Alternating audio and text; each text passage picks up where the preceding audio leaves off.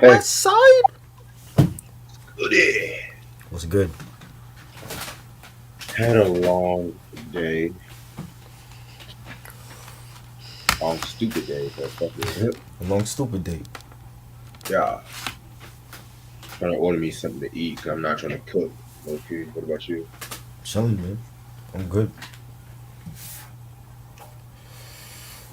What Allergies is this fucking shit with me. about? Hmm? Oh, I didn't mean to cut you off. See, my allergies was fucking with me. The season is changing. It's fall. Seasons change, man. Things Yes, rearrange. we gotta put back the shorts back in the drawer. Huh. It's no more summer, Shit, man. It was just like 86 yesterday, man. It's still. right? It's crazy, man. The weather's crazy, It's like I put my fall stuff out. Then it's hot one week, and then I mean my. It's like I don't understand this weather. bro. The weather is crazy. It's like what it'd be 70 yesterday, and today it'd be like in the 60s and shit. So Right. what you was gonna say? Huh. What happened? Well, what is up with Jada? I've been hearing about Jada Pinkett all fucking day and shit. I Oh, think that's like Jada. they said Uh, she slept with that crisscross nigga. yeah. Allegedly, she slept with Mac Daddy before he passed, and we know Will is coming out with a memoir book, and he's talking about how they always had an open marriage. I don't understand, man. I'm not a, I don't I've never been married, and I don't know how that swinger lifestyle goes. But why not just stay single? Like, why would you want to marry somebody that wants an open marriage? Yeah, I don't I get don't that. know. I'd rather be single. Is cheaper, you know. DJ Tim salute. He said she slept with Easy E. I believe it at this point. The amount of people that she and Will slept with. Will Smith wanted Holly Berry. They said that he wanted Holly Berry, and there's another chick, some other chick that they mentioned that he wanted like a threesome with or something like that. Oh wow, You think he boned Holly Berry? I think he probably did. shit, probably. You know, I wouldn't say nothing is impossible in Hollywood, yo. You know that you heard rumors with about him and Margot Robbie. You know the chick that played Harley Quinn in the DC films. I believe that now. You know they were downplaying it before, but I definitely believe that he slept with Margot Robbie. You know, I just feel like why get married? Why would you want to open marriage? I thought the whole point of marriage was to spend the rest of your life with somebody I'm exclusively, saying. not you know what I mean. You could have been single for all that. You know, like why get married and have an open marriage? And he got man. This is the dude that got mad at Pac because Jada was still in love with him, and you're out here doing this shit. Mm, You're mad at Pac because he was smashing Jada, but you're out here, living your best life with other women, and Jada doing her own dirt. I don't get that. You know,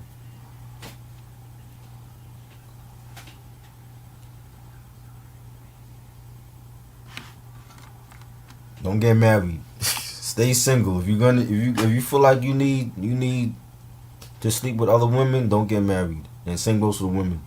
If you feel like you need other dick, don't get married. I'm just not feeling that whole open marriage shit.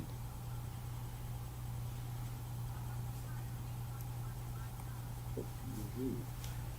You know, Man, this is why I hate fucking North Carolina, man. How the fuck Domino's close at 11 o'clock? they close at 11 here too. I thought you knew that.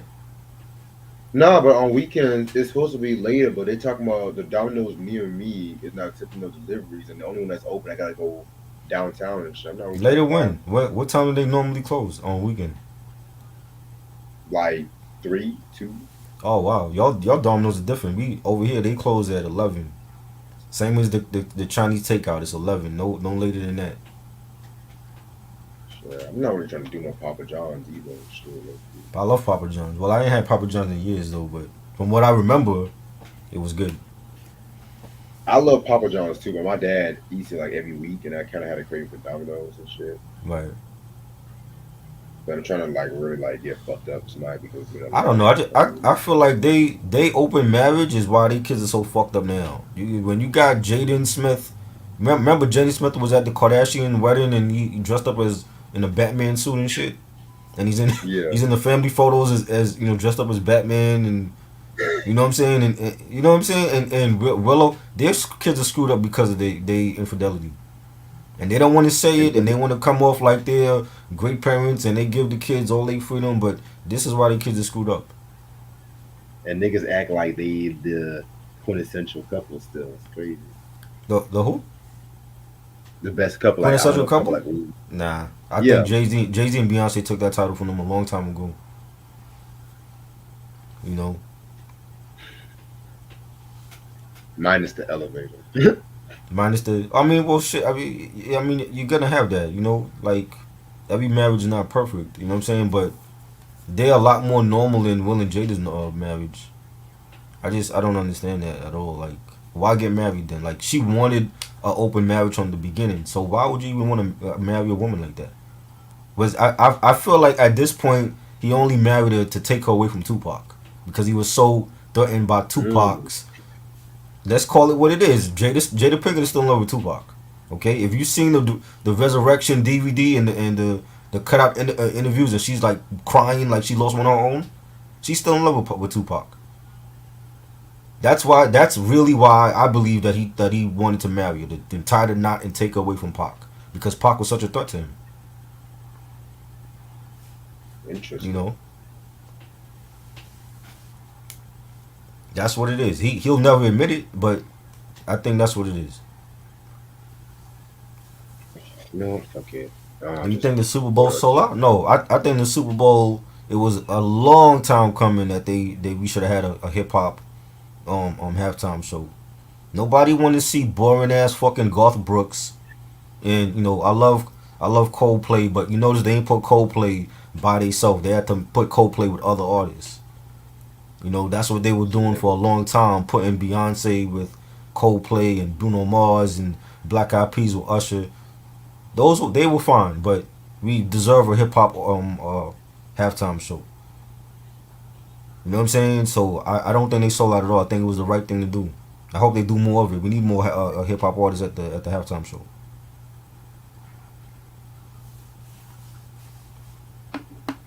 All right. Shit. I want to be real, man. I didn't even write no notes for this review, especially for Bow Down.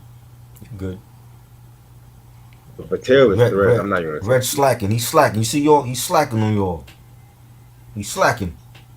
For Bow Down, I know exactly what I'm gonna say about each song and shit. Fuck Okay. it. Terrorist Threats. Mm.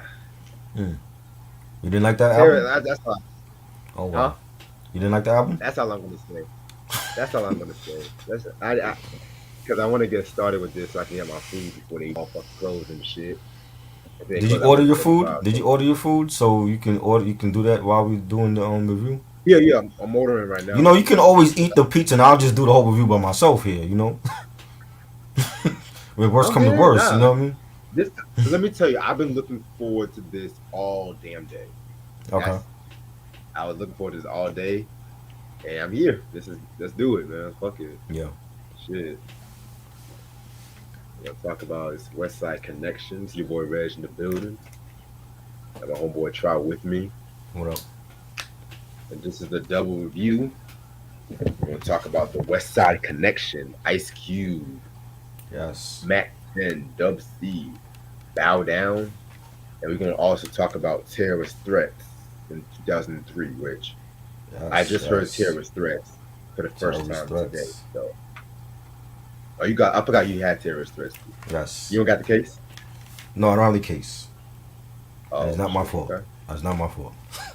I don't have the case. Hey, Not for this one. yeah, Tim, we're gonna talk about the Tupac shit. Trust me. 'Cause I know everybody wants to hear about the Tupac this, Tupac that. Fuck it, but all right. So the Bow Down, I've done this review as far. This is like one of the first reviews I've done on this channel. One of the few reviews I could actually don't mind going back and watching and shit like that. Really, but I'm not gonna lie. My love for this album grew more and more to this day. I've always felt like this was just gangster rap at its peak. Mm-hmm. I feel like listening to it now, it's just so vulgar. You know what I'm saying? It was just like Right. talking about disrespecting women, the vulgarity. It's just shit I can't even fucking listen to like that. You know? It's like now I'm Right. fucking joking. Stop. But this is like the beginning of Don Mega Q. Like this is him putting the whole West Coast on his fucking back Right. and shit like that. You know what I'm saying? Mm-hmm. But I'm gonna have you get to how you got into Westside Connection. Well, just the when the Mac 10 album dropped, the self-titled debut joint, and when they had like that West Side joint on there, and they like taking shots at Common and shit, and I wasn't a huge Common fan yet. Like I listened to Resurrection, and that was dope, but I knew who he was, and I remember that video, that West Side Slaughterhouse joint, and they're like all dressed up like butchers in the with the dead pigs and the meat and all that, and they were taking shots. And this is during, yes, I remember that issue. Yeah, He got his chain stolen during the Cypress Hill beef and all that, and I remember when allegedly. allegedly, I remember Yeah, when the beef started, and during the whole East Coast West Coast thing, and everybody else jumping involved, and it was crazy, you know what I'm saying? And I remember hearing, I think it was either I don't know, I don't think Future Flavors was out just yet. It might have been Stretch and Barbito had played the Bitchin' You joint by Common, the Pete Rock joint, and man, that shit was crazy, and just what Common's rebuttal to Westside Connection, and that whole time was big. Like Mac 10 first album was huge. I knew of Dub C. I wasn't listening to Dub C just yet though.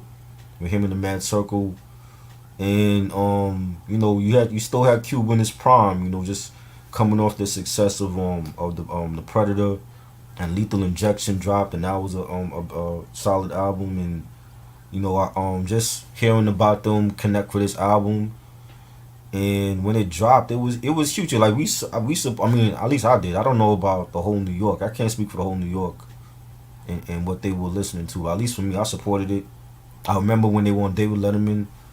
They came to New York, and they performed Bow Down over here, and the album blew up, and it went multi-platinum, and it was a banging album. You know what I'm saying? And that all that shit was going on, even the Cypress Hill stuff we'll talk about.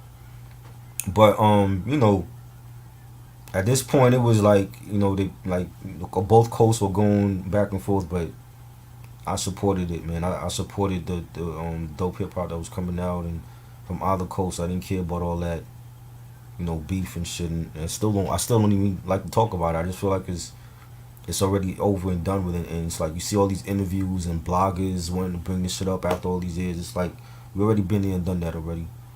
You know what I'm saying? But based off the music, this album was big. It was a great thing for hip hop. Unfortunately, we lost Biggie and Pac, but the music that came out during that era it was timeless. mm, dope story, definitely.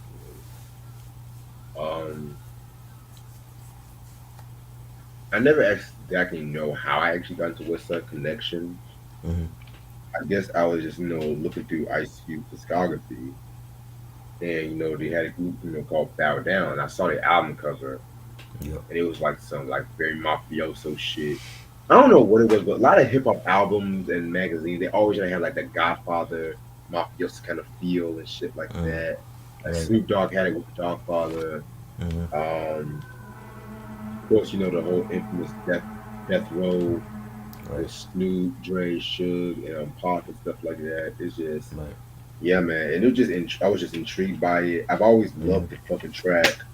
Gangsta makes the world go round and stuff Yep. like that. Very dope track.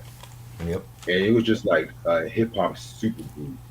You know what I'm saying? Crazy. And like I said, it was just like gangster rap at its peak, in my opinion. Like Definitely, all of definitely. them definitely was hungry at this time too, and it was just a whole atmosphere.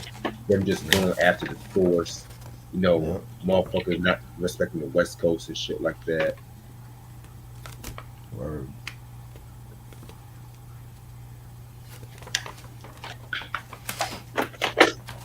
Mm, yeah, man. But yeah, I've talked about who Westside Connection is over here, so I'm just gonna like give like a quick synopsis. Yeah. They were a super group, put together by Ice Cube, not Cam, Dub C and Mac 10. It's kind of crazy too because if you guys watched my episode where I talked about the beef between Cube and Cypress Hill, the term West Side Connection, it's been said that he actually got that term from Cam and stuff like that too. And this was around the time when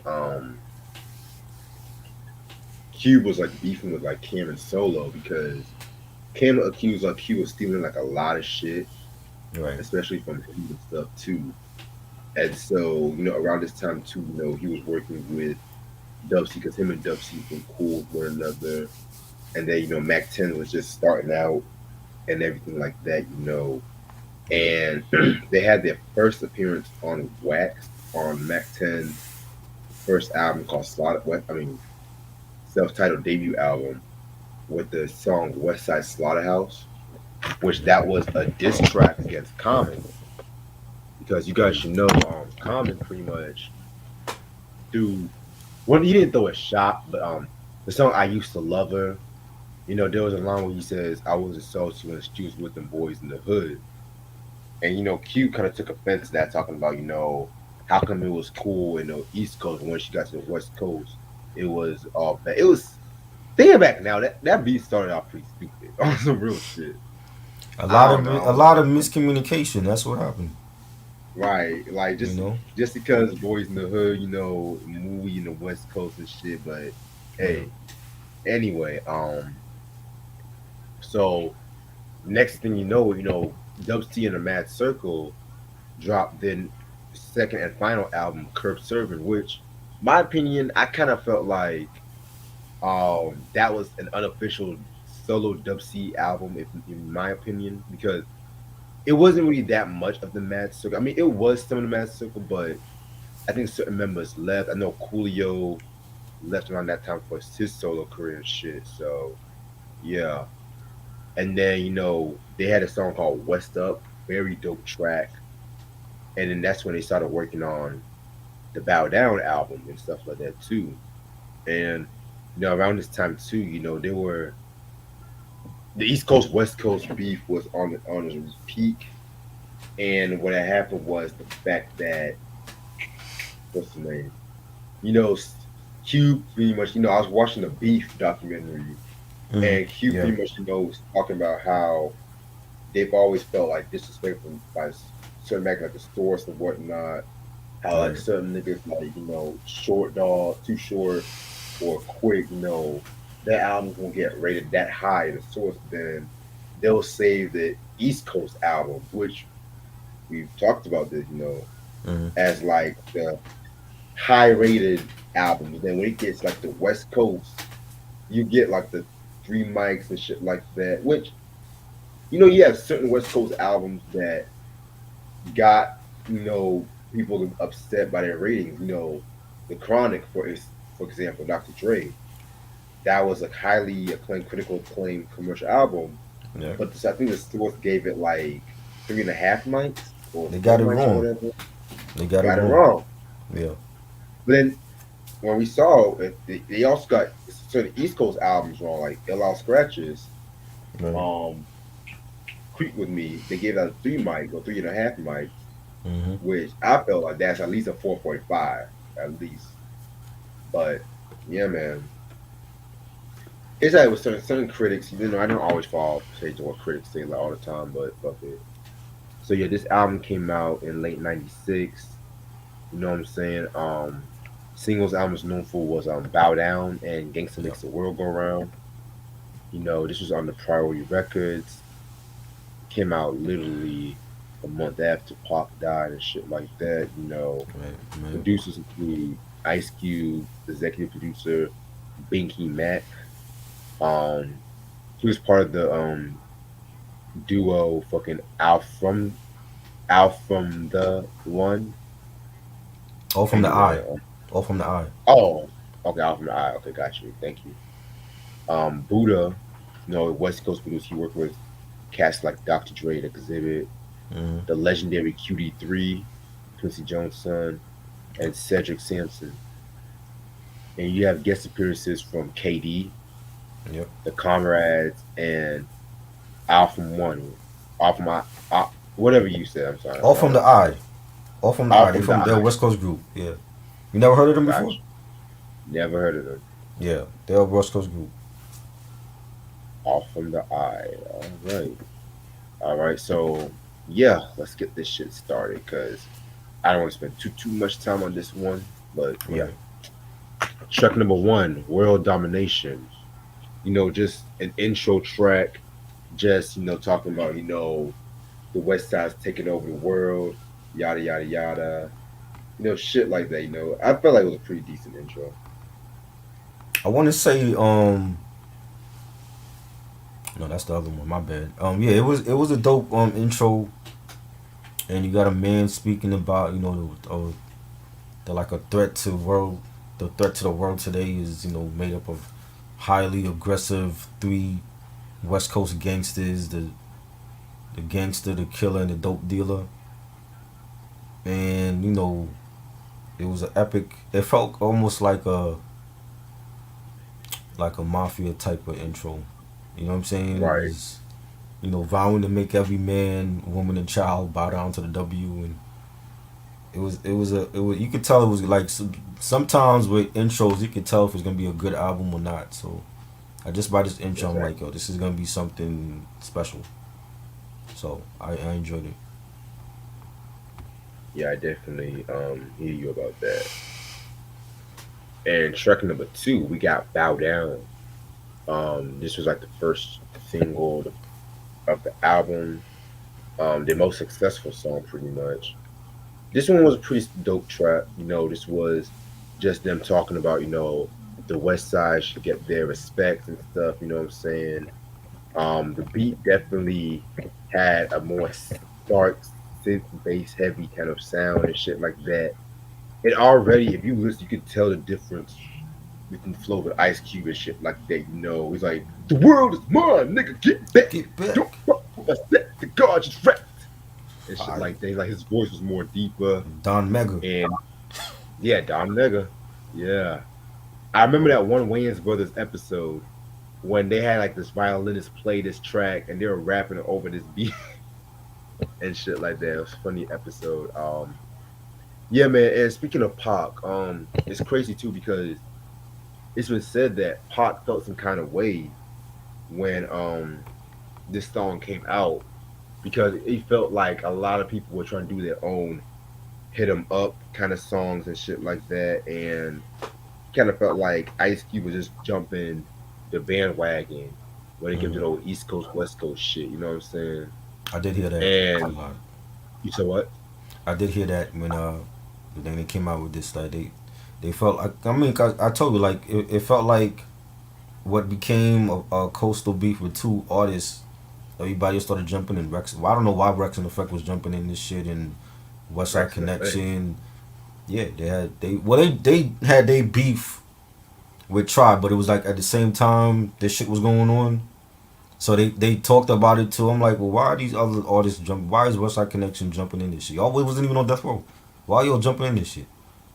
You know what I'm saying? And I get the fact that Cube felt disrespected by the East Coast and New York. So I mean, shit, Ti feel disrespected now. Is he gonna make a Westside Connection super group and go at us? You know what I'm saying? It's like, Well, Tiana's not you, going to jail no more, so shit. well, look, man, hip hop started here. That's just what it is. This I can't, again, like, I don't speak for a whole city. I know what I like, and I try to put niggas on to different artists outside of New York, and they wasn't feeling it. That's just what it is. So all these other regions, I feel like New York don't respect them. Y'all might never get that respect from us. That's just what it is. You know what I'm saying? Like don't worry about getting that respect from the East Coast and New York. Do your numbers. You know, be your own legacy. It shouldn't Okay, matter. And to some people, it matters because of the significance in of the culture and all that. And I get it, but New Yorkers are stubborn. Okay, and if anybody knows about New Yorkers, it's me. They're stubborn. They're stuck in their ways and who they listen to. So you might never get that respect from the West Coast or down south from New Yorkers. You know what I'm saying? So I get why Cube was made the group and all that, but them jumping in the whole beef is this shit just got out of hand. And you know what I'm saying? It was between Pac and Big and it should have stayed that way. Not having this artist and this group jumping in, and I don't get that. You know what I'm saying? It's just like mind your business and do your own thing. Common technically represents the East Coast, but he's from the Midwest. So you go on that Common ain't even have shit to do with this coastal battle. and And mind they had their own battle going on with Cypress Hill. Y'all got your own battle in your own backyard, and you worried about what niggas say on the East the Coast? Q-Tip. Don't forget And Q-Tip. Q-Tip and Westside Connection. I'm gonna get into that. I didn't know they had beef. I knew about the Yeah, whole Pac and Tribe thing. I didn't know about Westside Connection and Tribe. But it's like you have beef in your own backyard. Like why are you worried about what people say on the, you know what I'm saying? So again, like this is the whole thing was just stupid and it got out of hand. And the record labels and the magazine publications were profiting off of, you know, our dead artists because of this shit. Talking You about know what I'm that. saying? I still remember that Biggie Source issue. Now what?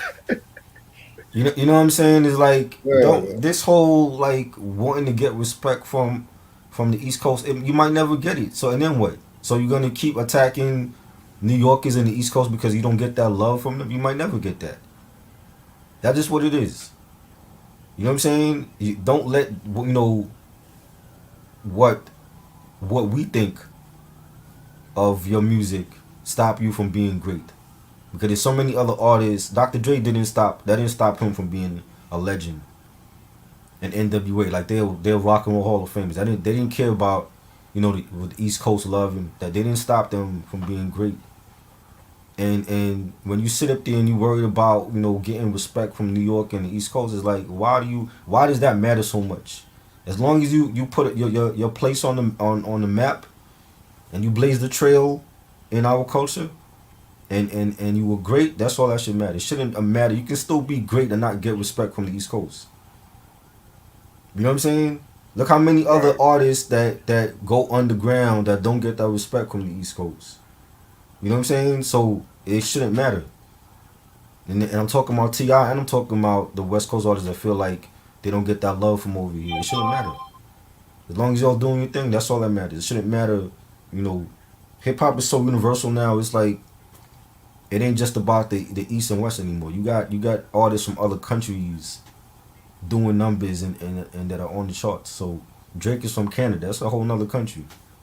So you're gonna get mad at Canada, a whole country, because they might not be showing you love. We gotta think universal. It's way past being regional now. It's hip hop is a global $1 billion industry, and it's a universal thing now. So at any given time, a dope artist could come from any country. You could have a artist from Israel, or an artist from India, or Egypt, or any one of those countries that come into this game and blow up. So it's not about region, and it should never be about region. This whole coastal. Like I always say, you never see this shit in fucking rock music. Exactly. They don't do this in rock. They don't do this in. I've never heard nobody say, "Oh, Bon Jovi's from Jersey. I can't listen to him because that's Jersey rock." Nobody says shit like that. U2 is Liverpool. from Queen is from another country. I can't listen to Queen because they from London or whatever the fuck. Nobody says that. You know what I'm saying? Oh, Adele is from Down Under. I can't listen to Adele because she's from Down Under. Who cares? She's making dope music. This is what I try to make people understand this shit even now in this day and age, because it's still a regional thing to a lot of people. And if you can't see past that, then I don't know what the hell to tell you. Because growing up as a music lover, it's all about music for me. Globally. I don't care about where you live. And this is the shit that's still plaguing hip hop even now. You know what I'm saying? So I don't know what to tell them. I'm just to me it's just like it's a regional feud that should never happened, and it should not matter what where they come from. As long as they're making dope music, they could come from they could live in the fucking sewer with the Teenage Mutant Ninja Turtles. I would not care. As long as they're making dope music. I agree, man. Definitely. All right, so that's Bow Down. Track number two, Gangsters Make the World Go Round. Love this fucking track. Um, of course, use the sample of the stylistics. People make the world go round. Um, this track is just pretty much just talking about how them like living a gangster lifestyle and shit like that. Just talking about how they're true to the game, staying true to the game, making money and stuff. Love this fucking track. It's like the quintessential I made it track, in my opinion. You know what I'm saying? To this day, I always felt like Dubsy had the best verse to this day, especially when he says, "Fuck all that bullshit. I want to sling yay like Noriega. Sit back, watch my paper, collect like the iOS as I kick you with 50 bitches all on my dick, just like the president and like the police. I want a gang of killers on my side that's down to lie more crooked than 10 eyes. Red ride. I'm out. Yeah, I fucked up the flow, but fuck it. He definitely did his thing on that shit. Ice Cube definitely has his a dope verse too, and shit. He started it off right. You know what I'm saying? Like, I'm getting dizzy as the world keeps spinning like a frisbee. Like, oh man. Like, I still remember that. Remember that one episode of the Jamie Foxx show when they guest starred and shit like that, and fucking Braxton was all like going out to the West Side. Man, fucking classic and shit. But yeah, this is pretty much one of my favorite West Side Connection songs. Period. Yeah. A fucking classic. Classic record, really smooth. Some gangster shit on this track. The beat and the bass line was fire, and you got Cube killed it. He says, but give me 7 C's and 11 G's. I make enough cheese to bring Wall Street to his knees. You have to Oh, incorporate Wall Street into that rhyme. So hell yeah. you know what I mean. Yo, Q, some of the best soul music ever, the stylistics. Yes, listen Check to them some out. stylistic. No more Tupac for you. We gonna give you some homework too for a whole month. Listen to some stylistics albums. Real. Speaking of stylistics, this is the best sample of People Make the World Go Round, period. Mm-hmm. And shit. Next to somebody else sampled this. Well, Naughty by Nature, they sampled the Michael Jackson cover of that track, so I'll Mm-hmm. Right. still count that, but just the way they finessed this track, and even the nigga that was singing on this track, like who was that singing? Really, I've always want to know who that shit nigga was Mm-hmm. singing. I thought it was one of them doing that. Ice Cube. Or one of them. Really? I thought it was one of them doing that joint. Shit. Oh wow, but I don't know. But the nigga that was singing on this track, he definitely ended it Gangsters off make like, the world go round. and then he was showing Westside. that gangster makes the world go round. He was showing off on that They shit. should they could have had the stylistics on that joint. You know what I mean? Hell, yo, that would have been epic. Like Russell doing the false. Oh man, Mm-hmm. Yep. hell, Snoop had brought the dramatic. He brought hella so Yeah. action. Charlie Wilson dramatics. Mm-hmm. Yeah. But I think at that time, maybe it might have been too gangster. I guess I don't know. Right. Because like we mentioned with NWA, like certain motherfuckers don't like music being sampled. Like you can't curse on my sample, which I Right. kind of have mixed feelings about that. But you know Mm-hmm. what? That's another story for a different day. Because I'm just saying if the artist paid for you the royalties and shit, and you getting publishing, but yeah. Anyway, and this is why sampling is always a tricky subject with hip hop. Right? Mm-hmm. And the video, I forgot the video was dope too. Yeah, that was dope. Fucking suit Q was he was rocking that fucking really like purple ass suit. Mm-hmm. Oh man. Alright, so now we're gonna get into ooh, now we get into the good shit. All the critics in New York. Oh. Doo-doo-doo! You know what's interesting though about Mm. this song? I think the source gave this 4 mics or The whatever. I album? think yeah, the album 4 mics, and they still dissed the source Mm. on this track too. You know what I'm saying? It was too late. Because yeah, so pretty much Ice Cube, like we mentioned, he's talking about how New York was not really giving the West Coast love and whatnot, and Bullshit. Bullshit. We was yeah, the radio play was playing everything by Death Row and Warren G and Coolio and Cypress Hill at that time. So it's the South that really wasn't playing. They played the West Coast shit. Certain artists. They didn't play everybody. They didn't certain play artists from the E40 South. and huh? They play certain artists from the South too. They You know, they but they that love was in them the too. 2000s though, and I'm talking about in the 90s. They didn't play nobody from the South. They didn't play Ghetto Boys and a UGK up here. I'm talking about 2000s. They played the shit the one hit wonders, Hurricane Chris and Hey Shorty baby, Low. Them motherfuckers they played. Some Little John stuff, but they didn't. It wasn't bumping shit in the South up here. The West Coast you they played certain artists, but never like E40 and Richie Rich and Drew Down. They didn't play the bass shit. They played like the Death Row stuff up here. So they showed you them love. You know what I mean? you been watching Hurricane Chris's the last TV interview? I didn't know he was still alive. He still alive? Huh? No, I Yeah, don't. he's I still didn't know alive. he was still. I don't listen to Yeah, these people, so I don't know. I think he's about to go to trial for murder, and Vlad TV Yes, got they to played talk to him. Outkast. We supported Outkast. They played Outkast, but they didn't really start bumping Outkast till after Elevators came out. And we talking about '96. That's when they really Yeah, got on the bandwagon. They would play. They played Southern Playalistic every now and then, but once Elevators dropped and it got a good response, that's when they started playing Outkast shit up here. yeah. Once Jay Z did the high remix with Juveniles, it was a rap. Right. And It was a even rap. then, they wasn't playing Cash Money up here like that in No Limit. They would play like the hits, make them say play that. Nah, nah, nah.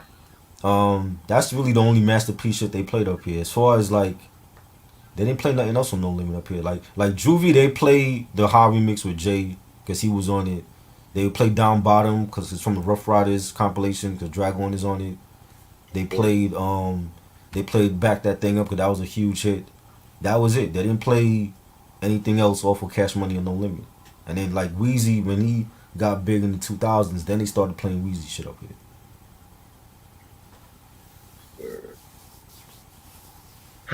Jesus, man.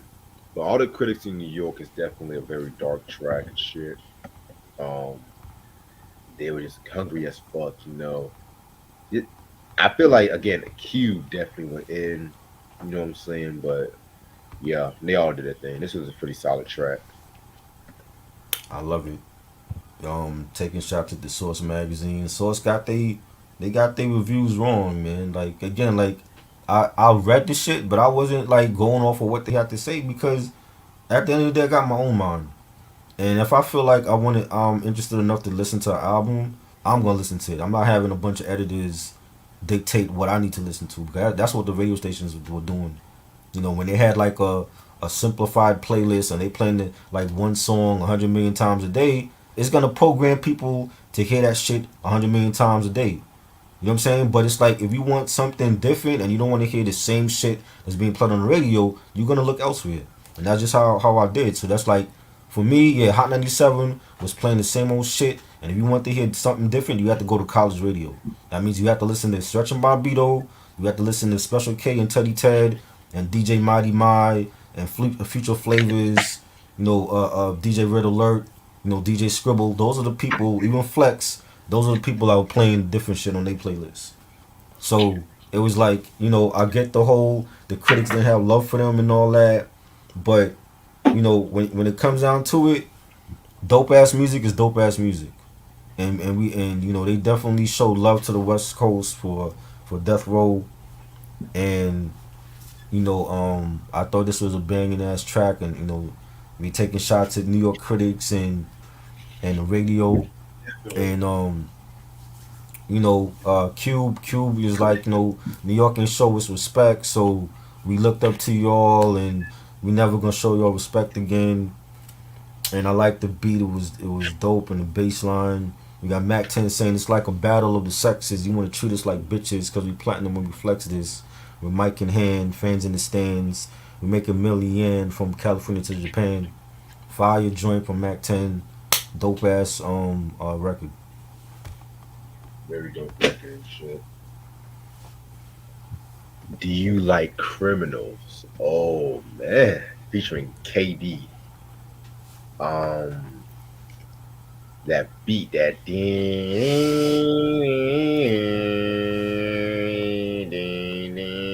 Fire. fire track. Okay, I have to say this. Mm-hmm. Automatically out from the gate, the best line. Don't you Mm-hmm. want a motherfucker that's hard or a bitch made nigga cute as Elder Barge? I'm to this day the best line on the fucking album and shit like that. Just when it comes to this song right here, do you like criminals? It's talking about how females date simp niggas, and they Westside Connection doesn't they ask the females, do you like a hard criminal? Do you like a hard ass nigga, that pretty much do robberies or do drive-bys and shit? You know what I'm saying? Because most of these thugs today and shit, these gangsters, these rappers today, think they live in a thug lifestyle, but they ain't really living the thug lifestyle and shit. But Man, let's be fair, most rappers back in the day lied about their lifestyle, of course, too, and shit where they coming from, which we're gonna leave that right there and shit, you know what I'm saying? But this was a very hot joint. Love that beat. KD definitely ended the song off right. A legend of artists that should have had more than one album, but that's another story for a different day. Um, yeah, man, I love when like this is the closest we'll probably ever see Q do like a fucking love song and shit. Like, cause I'm not gonna count giving up the nappy dugout or can't man. fade it and shit. Like, I'm not gonna count that shit. But and I don't even call this shit a love song. It's the closest. So Mm-hmm. yeah, very very very hot joint. Yeah, I love that. This the beat to me by Boogie Yeah, that's really kicking it like that. definitely. Oh man, so nasty. Definitely sound like some Death Row shit, man. Definitely a banger. I love Cube's flow on this. He's saying, do you like Negroes, eliminals, individuals, cold criminals? How you figure a West Coast nigga drinking liquor? Got to know how to dick you. Fire track. They all were tight on the record. Classic, man, classic record. Yeah, definitely a classic record indeed. Straight as hell. All right. Now we're gonna get to "Gangsters Don't Dance," which technically is an insert leading up to the next track. Which the way I like how the West Side always say insert. They don't say skit. I always liked how they always did shit like that. But Mm-hmm. mm, Gangsters don't dance, they boogie. Fire. That should have been a yeah, full track. I like the beat for that. for real. Now we're gonna talk about the gangster, the killer, and the dope dealer.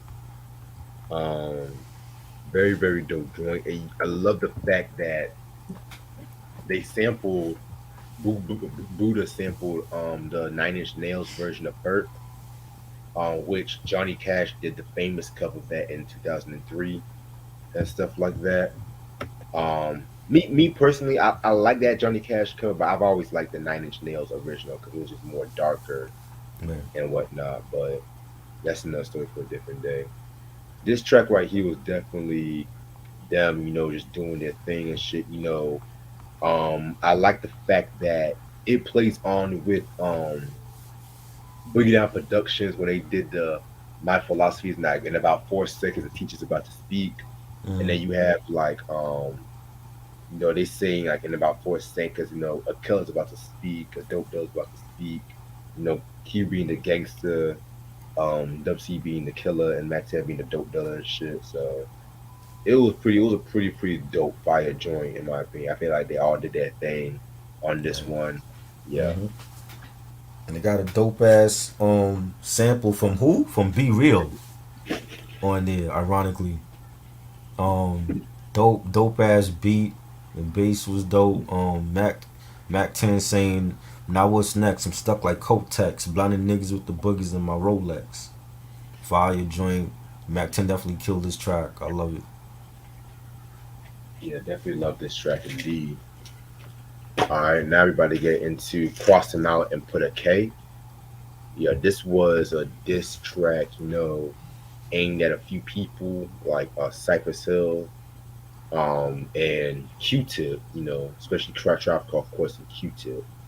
So the story with the issue between Tip and Westside Connection was, from what I looked up, Q-Tip was asked about the East Coast West Coast beef, and he pretty much like didn't really. He felt like it was a bunch of nonsense and whatnot, and they said that he kind of implied that the West Coast was starting the shit or whatever. I don't know. I don't know.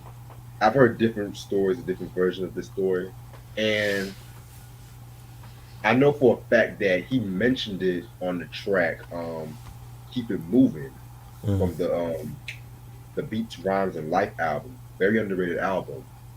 You think And so? yeah, I think Beats, Rhymes, and Life That's is the only underrated. Tribe album I don't like.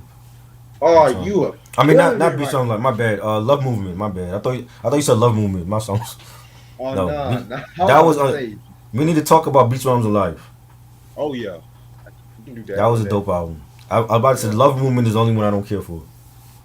yeah. Love Movement. It's a shame when the guest appearances bring out the album more than Mm-hmm. Tip and Five, And the art, but right? Mm-hmm. yeah, and I've talked about the album in the past before, and shit. But Yeah, yeah, man. But anyway, we can definitely talk about Beats, Rhymes, and Life because that album that was dope. very underrated, despite the consequence. No pun Mm-hmm. intended. Mm-hmm. Um, so damn, I'm on fire tonight. But yeah, so Q-Tip had a song called "Keeping It Moving," Mm-hmm. and I'm not gonna lie, I feel like phony rappers too.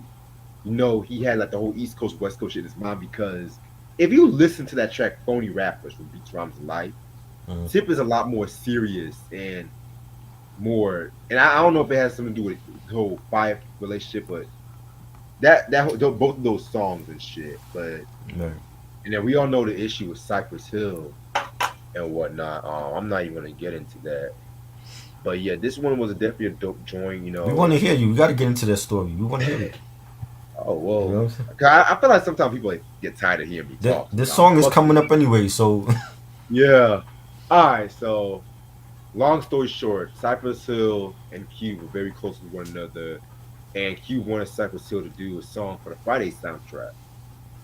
Originally, he wanted the song "Throw Your Set in the Air," mm, but they were so dead set against that having that on Temples of Boom, so they gave them "Roll It Up, Light It Up" instead. Which again, that right. was a pretty solid song too.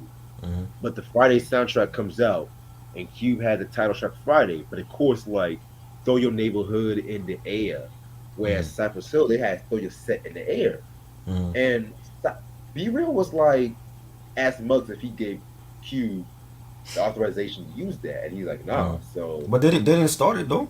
They didn't start that same. yeah, that is true. That is true. But it's just again the irony of it all. But part of me kind of feels like maybe Cube didn't necessarily stole that song, but part of me also feels like you never know sometimes with hip hop because Right. certain rappers they like to quote other motherfuckers' lines and shit like that.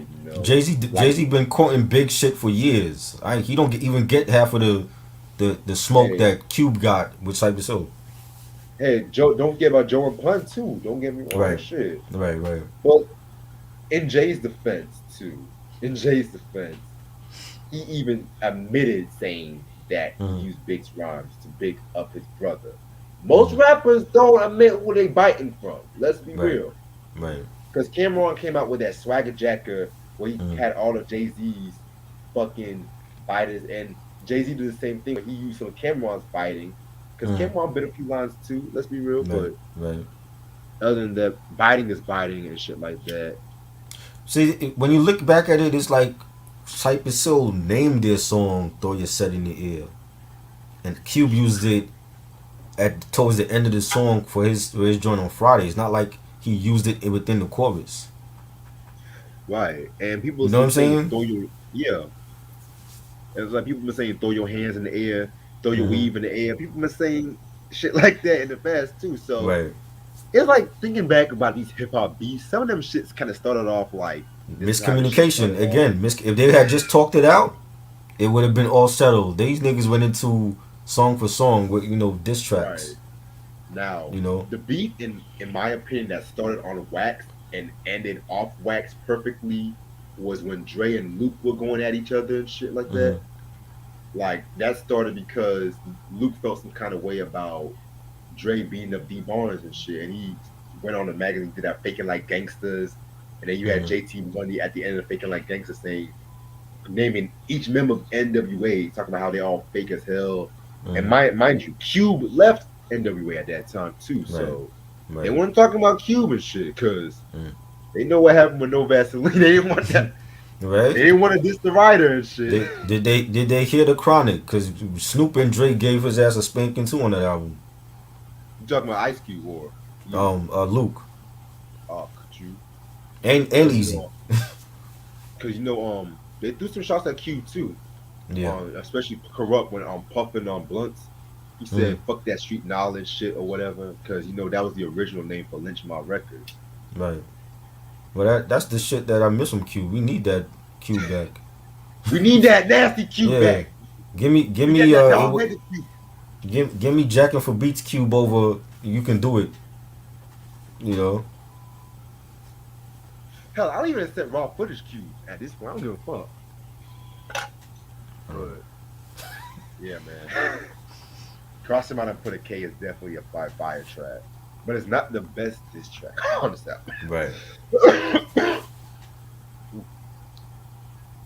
album. Dub C killed this track, man. Like Mm. he's saying niggas be dissing on the down low. So now my mind is fuck every rapper from the east and the west coast. New school, old school. I hate you motherfuckers. I'm steady plotting, wiping my ass with your album covers. That is fire. It almost sounds like a Muggs track too. It sounds like Muggs could have produced this. Like That's interesting. I never. it was just like a dope ass beat, and it's good to have competition. That's what this whole culture started off of competition with the DJ battles and all that, and MCing battles. It's good if Westside Connection wants to battle East Coast artists. Why not? We need to see that shit. Put the Locks up against Westside Connection. Who's the best 3-man group? You You know what I'm and the saying? law. Jesus Yes, the Christ. Locks. I'm throwing in the Locks again. I can't escape Lock, Jadakiss for lock, some lock. reason. The Locks against Westside Connection. Who's the better 3-man group? You know what I'm Oh, that's saying? It's easy. good. West It's Side. it's good. It's good debate. It's good. Comes it makes for good discussions. And why not? Why not see the best against the best? You know what I'm saying? When Kendrick said what he had to say on Big Sean's Control verse, everybody got in the uproar. I'm like, yo, if Kendrick wants to battle the best from the East Coast, let's see that. Why not? I want to see Kendrick against Jay-Z or Nas. Who's gonna win that battle? You know what I'm saying? Why we gotta wait for verses to see that shit? That might never happen. Like, let's see that shit happen. You know, Speaking of verses, I cannot wait for the next one. And shit. Ooh. whoever it is, I don't know. You telling? I'm seeing people saying it's Kane and KRS. Man, that would Yes, be crazy. I know that outline. I know that high top fade anywhere. That would be crazy. Oh my god. Wow. Well, we know for sure it's not Kid from Kid and Play or Kwame. So it got to be Kane. Ooh. Kane and KR is one. Ooh. But Amen. at the same time, Amen. it's still two East Coast and shit. It's like three back-to-back East Coast Hey, motherfuckers and shit. But you know hey. what? It's the good. It's a I good think battle. I'm We can gonna have to I'm gonna have to show my Brooklyn roots for that one. If it's Kane against KRS, I'm gonna have to go with Kane. I don't I know don't know, man. I got KRS one who got the because you better talking about albums. Who got the better albums? KRS one. But Group albums or solo albums? Who has a better solo albums? I want to say KRS one. KRS One has a better solo albums too. I would put with This and I love Kane, but I will put Mm. KRS One's first two solos over Kane's first two solos. But artistically, Mm. I will put Kane's first two solos over KRS One's first two solos. Artistically, Artistically. yes. Mm. Reggie using But big words tonight, artistically. oh yeah, yeah. I've been reading a lot lately and shit. Oh man, I've been reading a lot and drinking Hennessy a lot too. I don't know. I love Kane's first two. See, I even like the mediocre shit. Like Prince of Darkness to me was a dope album, but that gets shitted on, and I didn't like the R&B shit on there. But it's still a solid album to me. Looks Like a Job For It was solid. That's underrated. I like the underrated shit from Kane too. Whereas with KRS, to me, solo wise, I only felt like he had 3 solid solo albums, and I didn't check with Sneak Attack. I know you said Sneak Attack was dope. True, but mind you, KRS One also produced for Channel Live, so Right. if he plays like some of the stuff like Right. The stuff features. too, Oh, that's a classic because he produced it and he was on it. yeah, That's- the whole station. We need to talk about station. Man, can you imagine if we bring out Channel Live? Wow. Can you imagine if Shan comes out, man? Can you imagine That him would be performing Chris crazy. over? That would be crazy. What? I'm getting hyped for this fucking Yo. shit. Like, fuck the locks and all that. Fuck the locks and give me this shit. Hey man, Fuck the Pre and Diddy, nigga. B- Give me this shit. I don't know if I don't know if BJ wants to see that because you know Jadakiss is the GOAT MC to him. So I don't give a fuck. without no Jadakiss, it ain't that appealing to people. I don't know. I don't give a fuck. This is what we need. Yeah. We've been waiting a long time for Kane and Rakim, but this is the closest we'll ever get. Right. No, we need to get Rakim and LL in that shit at some point. Rakim would wash LL. No, he won't. Hell no. Hell Yes. no. Hit for hit? Yes. Hell no. LL got him hit for hit. I mean, LL got him hit if for hit. if LL picks the right shit, then maybe. But He can't pick the right shit. What you mean? Don't play none of that shit past 2000. Just from 80, like what, 85, 86 to 2000. That's it. Don't play nothing past the GOAT. Because that's when he's going to fuck up. you know, if he plays Paradise. No, let don't him- play Paradise. No. Because Rakim don't do love songs. He ain't got nothing to battle of Paradise. What do you got? Rakim Mahogany? did love songs too. Mahogany. What do you What's got? on your mind? Yeah. Now, who's really putting? Are you even thinking about putting those songs on the Rakim playlist? I'm just saying. Mahogany, yes. Mahogany, yes. Love song. And you Because wanna ask he LL? got love songs. Yeah, Rakim got love. LL got love song, but let's not act like LL's the Yeah, only but- rapper who has love But songs. but LL his thing was love songs. Okay, he got the street shit too, but a lot of his hits were women related. Doing It, Hey Lover, those are love songs. Yeah. And I'm I not Need denying Love. that. Rakim don't got none of that, nothing to battle those songs. Jody Watley friends. What? You gonna put Friends up against Hey Lover? Hell no. Hey Lover's still gonna win. I see. You put in the words about me. I never said I was gonna put friends against Hey Wait, Lover. when I think of Rakim, I'm thinking of the real street shit that he's gonna bring. Even like when he came to his solo albums. When I'm thinking of LL, I'm thinking, oh, he's gonna have Backseat. He's gonna have Stand By Your Man. He's gonna, you know what I'm saying? It's not all gonna be street shit. I'll be surprised if LL do more street shit than the love songs that he had. He's gonna mix it with his big love songs because they were hits. Imagine that. You know? See, you gotta. I keep telling y'all, verses they don't always play the hits in verses and stuff like that. Yes, they do. What you mean? They It's don't all about hits. If it wasn't all about hits, Ain't no if listen, Snoop Dogg was not a single. He played that on the verses. it should have been a single, but they played it like it was a single over here. It should have been a single, and Mariah Carey used it. Mariah Carey used it for the Heartbreaker remix, though. We ain't talking about Mariah. We talking about. But Mariah popular for people that wasn't a fan of Snoop Dogg, and she used that for the Heartbreaker remix. Now they know it. Now they could go back and listen to the Snoop Dogg shit. Yeah, but I'm just saying, y'all act like singles, but It is all about the hits. If they have songs that the fans know and stuff like that, then If it wasn't about the listen, if it wasn't about the hits, you would have the underground artists going at it, and they don't have that. They have the mainstream artists going at it because that's what motherfuckers recognize. They recognize Nelly and Ja Rule and Ludacris. They recognize motherfuckers that were on the charts that had big hit Okay, records. That's I why got a they're question. doing it like that. Uh huh. So let's just say they You, do you you next. think they're gonna have Mike Geronimo in the verses? No. And we Huh? love Mike Geronimo, but again, he's underground. He's not mainstream. Listen.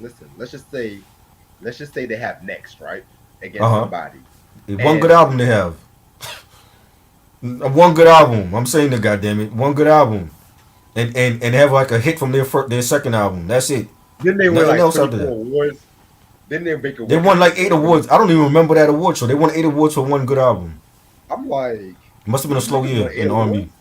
A These slow year in niggas, R&B. That and you mean to tell me that fucking hold on? I'm a music nerd, so I gotta do something. I hear you, You mean to tell me but that this they album you win shit who's that? and next? Who's that? Moke and stuff? Mich- Oh, Michelle Michelle. I never.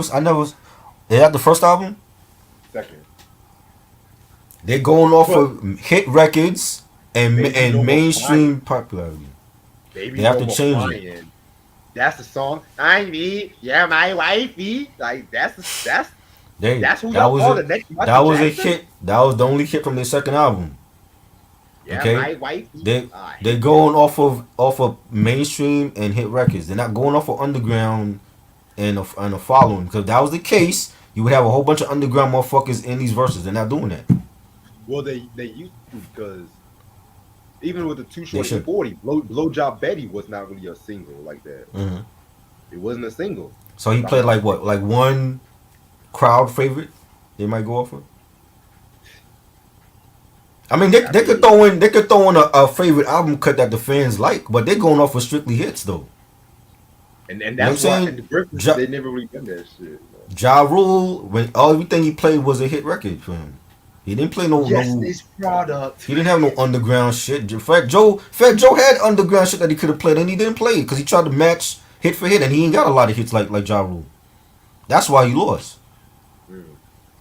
You know. Anyway, anyway, I want to get to three-time felon. I mean, King of the Hill and shit, because Yeah.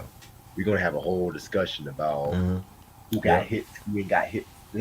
Mhm. Yeah, man. But King of the Hill, and I'm not talking about the show.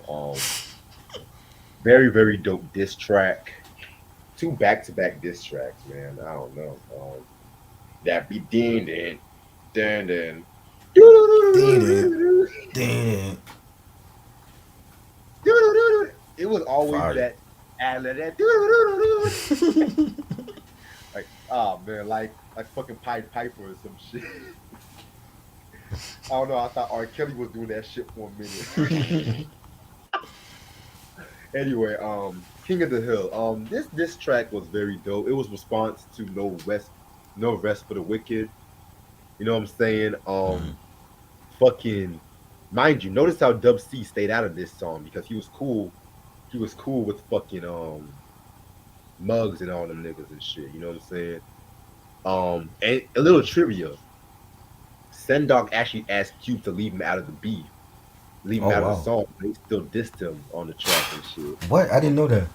Yeah, it's on the beef documentary. Mac That's 10 was like crazy. this. He said like this. He's like, that nigga Sendog, he dissed the shit out of him. Okay.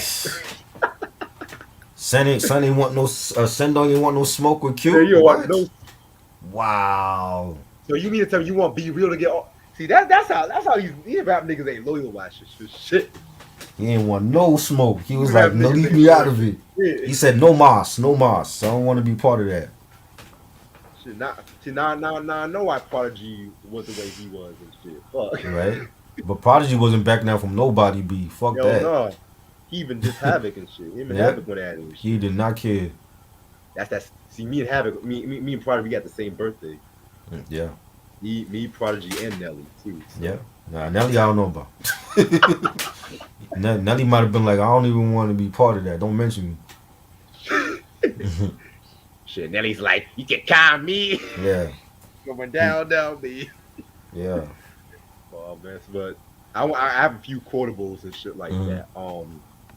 I love the line where Mac 10 said, hey yo, back up Q Dog, we patched that bitch mugs up, pull over and let me out, it's on the site. Then let me show this white boy what that Westside connect like. Booyah, booyah from the guns I spit them. The buckshot spray and made them lay as a hill. Woo! Mm, mm. Fire. And Woo. then the fucking outro when it was like, I'm having illusions of Westside niggas whooping on your motherfucking ass. That's what you got illusions of, bitch. Wow. Say it as angry as he did. Woo! Say what you really feel, nigga. Talk with your chest, nigga. Wow. Yeah. Yeah, Ronnie, like beat them first two beat documentaries some real ass shit. Mm-hmm. Anytime I'm mad at a nigga, I just watch some beef shit. I just calculate. Yeah. Plotting and shit. This was definitely one for the ages. Definitely a classic record. For real. And Cypress Hill used the same beat for Cube Killer, the Cube Killer joint. I remember when College Radio was playing that, I'm like, holy shit. And Dawg was on it anyway. Dawg was on it anyway. You know what I'm saying? They probably had to force Dawg to be a part of that. Like, if you don't join this motherfucking diss track, we're kicking you out of Cypress Hill. So he was on it anyway. You know what I'm saying? And For real. man, Cube got at them really bad on this joint. He said, coming with the voice high pitched, the B&B real must stand for bitch. Everybody in the ghetto know what you're doing. One white boy and two fucking Cubans. Claiming that you're loco, but you ain't Mexican. Listen to no Vaseline before you flex again. What? Oh, man. Woo! Cypress Hill took the L with this one. I'm sorry. Like Cube, the joint, the verses from Cube alone got them. You know, Mac 10 had his nice little verses. He said, nigga miss me. I'm used to a hoe trying to kiss me. Now what gave your bitch ass enough heart to diss me? Fire. It's classic record, classic diss song. That's how it should be. Leave everything out on wax. Everybody battle it out and let the crowd decide, let the fans decide who have the better diss track. You know what I'm saying? And that's why I say this beef.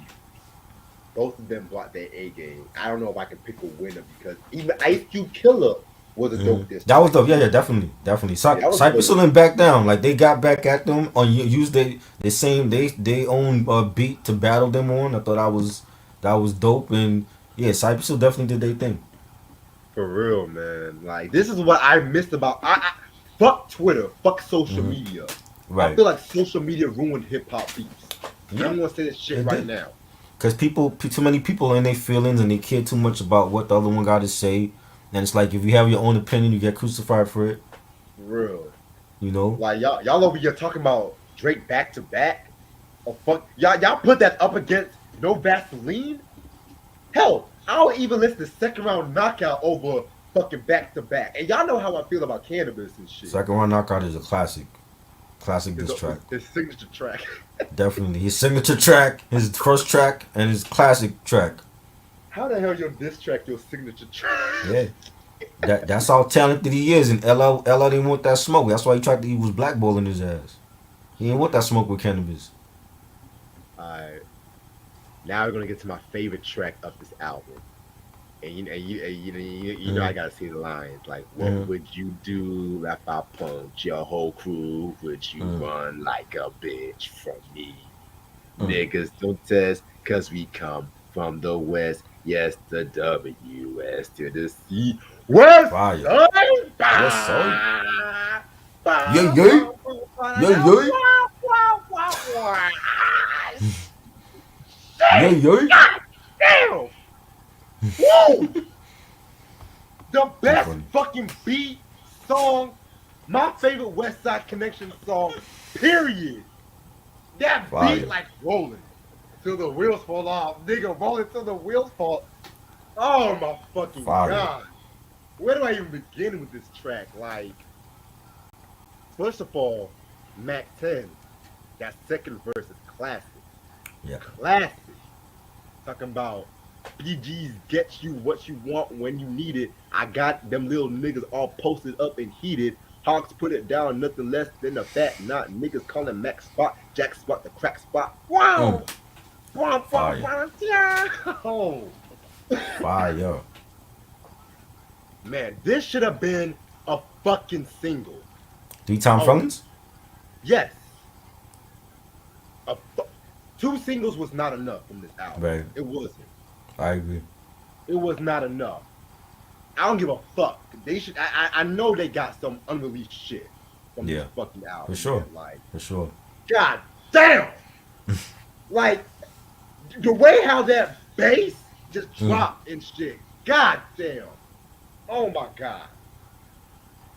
That man, I would never make a beat that good. Sometimes I don't know that. You never know. Who made that beat?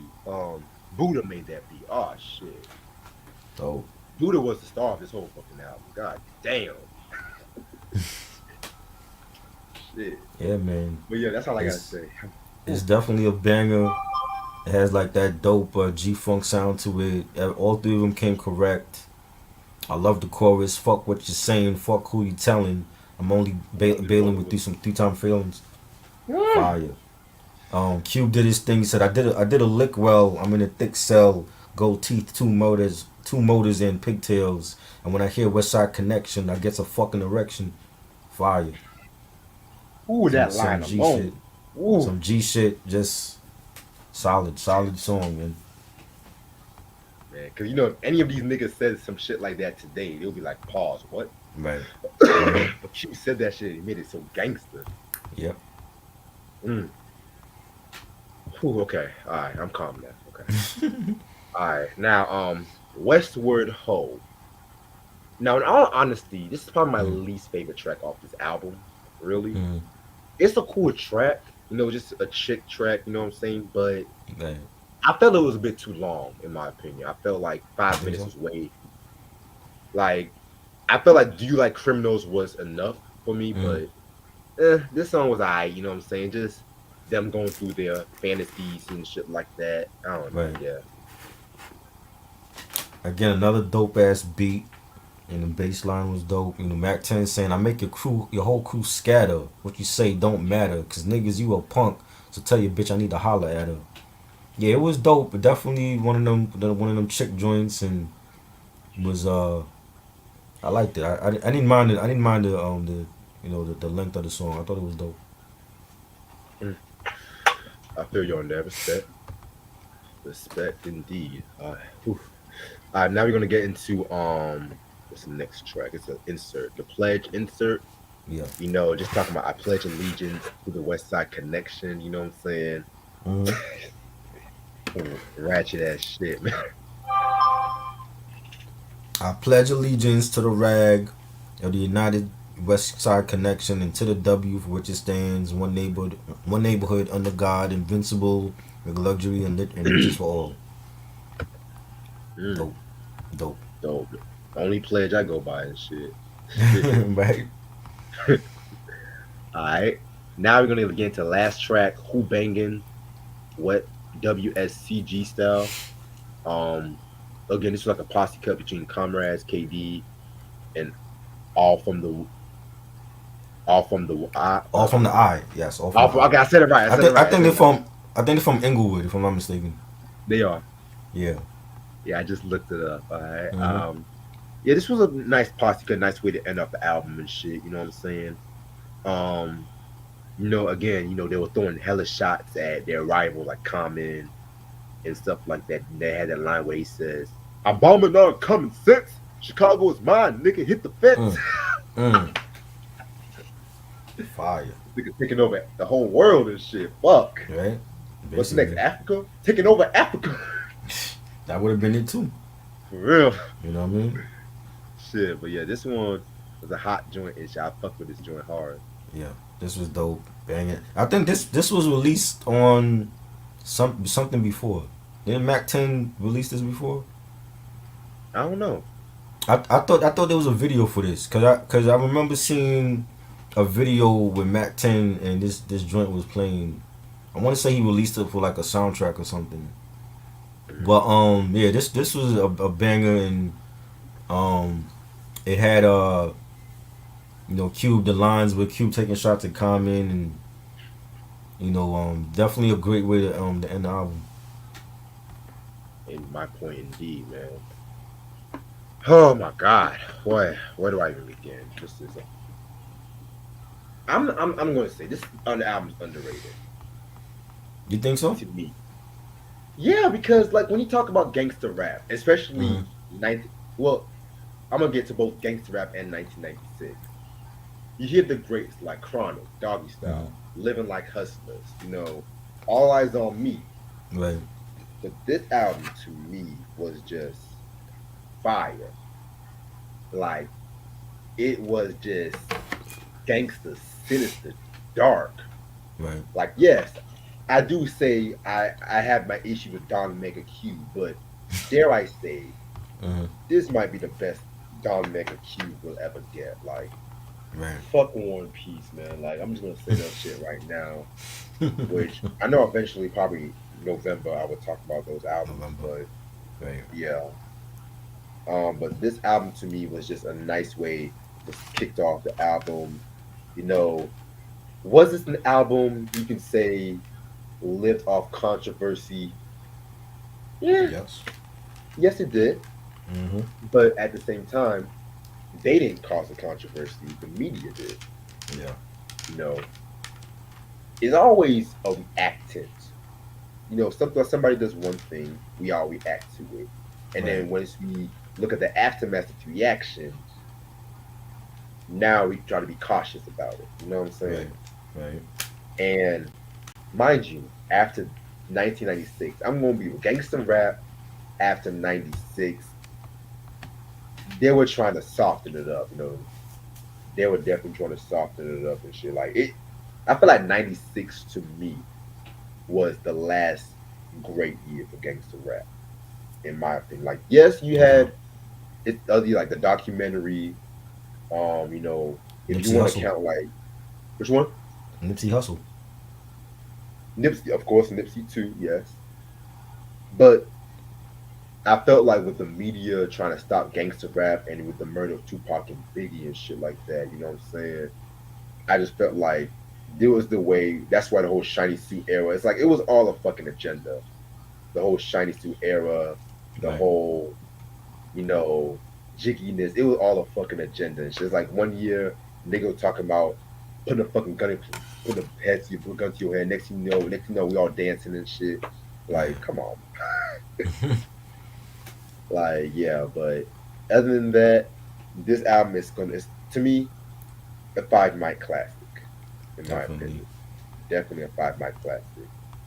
Like, I wish they would have gotten their shit together to Hmm. do one more good album in the '90s with the same motherfuckers, but you know what? We waited 7 years, and we'll see what happens with that.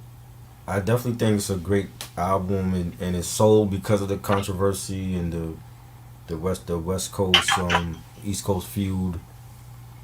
But it's just without the feud, it still would have been a great album. It still has great Of course. production, great songs, no features except for All From the Eye. Um, all three of them were lyrically sharp on this album. I loved a lot of the verses that Ice Cube had. Ice Cube sounded focused and angry, like he Oh had a my point to god. prove. And he's like the main one that spearheaded this project, and it worked out. And Mac 10 was dope. Dub C, and I think it made people it forced people to pay attention to all three of them. Like we knew who Cube was, but I think if anything, it made people pay attention to Mac 10 and Dub C as their own artists, and seeing what they could do. And it's a great album. I love a lot of the track Bow Down and King of the Hill, all the critics in New York, Who Banging, Gangsters Make the World Go Round.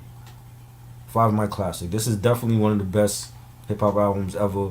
One of the best West Coast albums ever, in my opinion. Definitely. Yep. Yeah, yeah, Ronnie. Like, it is mind boggling. Like, just looking at certain mainstream, mainstream in '96 and '97 and shit like that, and it's just like I don't know. It's like I don't I don't want to. I'm gonna do a whole. I don't want nonsense about this because it's gonna Hmm. be a long ass topic and we Right. still have to get through this shit right here. But okay, I'm ready to talk about this album finally. Yes. Terrorist Threats. Wow, that's the perfect title for a hip hop album in the 2000s. Wow. Yeah, Yeah.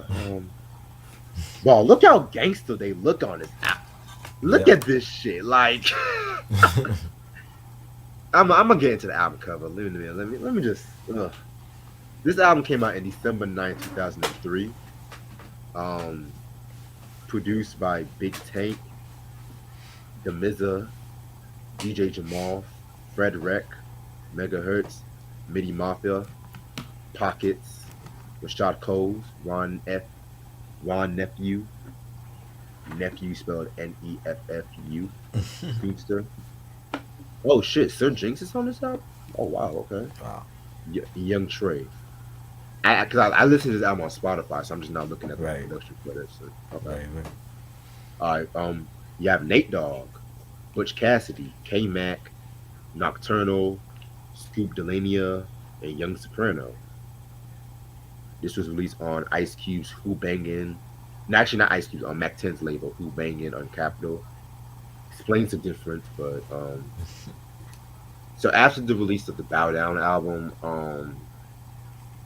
they pretty much, was working on solo projects. Mac 10 at that time, he had dropped the Based on a True Story album, which I'm gonna be real with you, I never heard that album That's up a to this dope album. point. I heard it. It's good. Yeah. That's a dope album. Yeah, and then he dropped like the Recipe around that time too, and then he also started appearing in a few movies, like Most with No Limit, like I'm Bout It movie, Right. and Thicker Than Water, which Thicker Than Water is like one of those movies that's so bad it's good. Like, Yeah. That was terrible. Not good. You remember that one scene where Fat Joe was talking to that one nigga? He had like a baseball bat, and nigga was like, Mhm. "What the fuck you doing?" Yeah. Damn it, nigga. This ain't no Fred Flintstone. I don't know. What the fuck you gonna do with a baseball bat when all these niggas have guns? Like, what the fuck you gonna do? Like, Crazy. anyway, shit. So Mac 10 ended up getting with fucking T-Boz. I think they got married in 2000, and they got divorced in 2004 and shit like that too. And she allegedly, it's been said that she alleged abuse, but I think Mac 10 told like a different story when he got interviewed by Vlad. I think it was like last year Mm. and shit like that too, because he said like a lot of that shit was kind of out of proportion. But yeah, I don't know that shit. I don't want to get into that because I don't want to can't do the whole cancel Mac 10. I don't know whatever. Dub C, on the other hand, he dropped the Shadiest One album in '98, which to me, that's a classic in my opinion, a Mhm. West Coast classic and shit. Yeah. That was known for songs like Better Days. That was also known for tracks like fucking Keep Hustling with E40 and Too Short Right. and stuff. I was so close on getting the album at one point, but somebody else got it before me, unfortunately. It was me. Ah, that's it. Let me stop. Uh, and he started appearing in a few movies around this time. Right. He was on Snoop's The Game of Life movie. Funny ass movie. Of course, he was also on Thicker Than Water. Yeah, we gotta talk about that movie. There was so many rappers in that many rappers in that fucking movie and shit that got wasted. MC8 was in the movie. Mm-hmm. Shit. Then in 2002, he dropped the Ghetto Heisman album, which that was a very dope album too. Yes, definitely. That was known for the song like The Streets with Snoop and Nate Dogg. Mm-hmm. One of the few Scott Storch beats I actually like. You actually believe it like or it? Right. Yeah. Now, as for Ice Cube, he had dropped the War and Peace Volume 1 and 2, which stay tuned on that. That's all I'm gonna say right there. Around this time too, he was doing his movie thing, he's doing movies and shit. Right. And he was pretty much at this time, music, he wasn't really doing that much music around this time. And it showed. Yeah. And Westside Connection pretty much, appeared on other guest appearances on other songs like when Mariah Carey, the Irresistible track from the Charm Bracelet. I forgot all about that they were on there. Yeah. That's when And- Mariah was just working with everybody. She was like, "Oh, Right. what's our connection? Okay." Exactly. She appeared on. They had a song from the Friday After Next soundtrack called "It's the Holidays." I remember that. and stuff like that. Yeah. But at the same time too, I think around this time they were really starting to have friction with one another and stuff like that. And let's be real, I want to say this album is like a contract obligation, in my opinion, and stuff like that because it's like some of the tracks they were just phoning it in and shit. And even like Q, I like Q, Hmm. but he really some tracks he really disappointed me on this fucking album and stuff like that. So yeah. So look at his album cover right here. Look at his Right. album cover. Jesus Christ. Shit. I mean, it's hard as fuck. But it's like you ever met that one guy? He was like a popular guy in high school, Right. but then he ended up growing up, and then everybody either moved on, and he still tried to hold on to the high school popularity and shit. Hmm. This is the album. This is the fucking album and shit. Like they still trying to hold on to the high school popularity or whatever. Because I mean, like I said, like gangster rap, in 2003, gangster rap. Where was gangster rap at that time? Just Oh, three. It was. Yeah. I mean, other than the game, it wasn't. You didn't really hear too much. would you say 50? Yeah. 50 was like gangster rap. East Coast gangster rap, and Right. he had his trials and tribulations with the streets and Ja Rule beef and shit with Supreme, and he did a lot of stuff with the West Coast artists. You know what I mean? So you know. Cause I noticed how like the East Coast they call their gangster rap like hardcore hip hop Right. and shit like that. But mind you, yeah, cats like Schoolie D, and Just Ice, Right. started Hmm. the whole gangster rap in my opinion. But Right. Right. yeah, other than that, let's just get this shit over with. Cause there's not really that much to talk about with this album. I mean, it is, but yeah, I never looked at Eminem as gangster rap. nah, Eminem was not gangster rap. Eminem was just crazy. He It was was just crazy crazy. rap. Crazy rap. That's what I was. Hardcore. That's when it Yeah. was hardcore. Yeah. Hardcore. Yeah, yeah, definitely. Let's get this shit started. Track number one, I want to say is "A Threat to the World." Sequel albums, World Domination. Hey, yeah. It's not credited, but Keith David, legendary Yes. actor, Yes. was the voiceover and shit like that. You know, he appeared on a Hmm. few hip hop albums here and there and shit. So There are a lot of movies and stuff. yeah, A Princess lot and of Frog.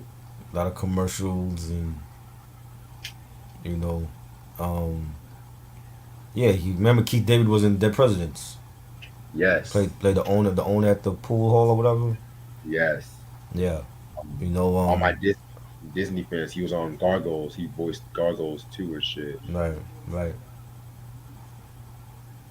Was great.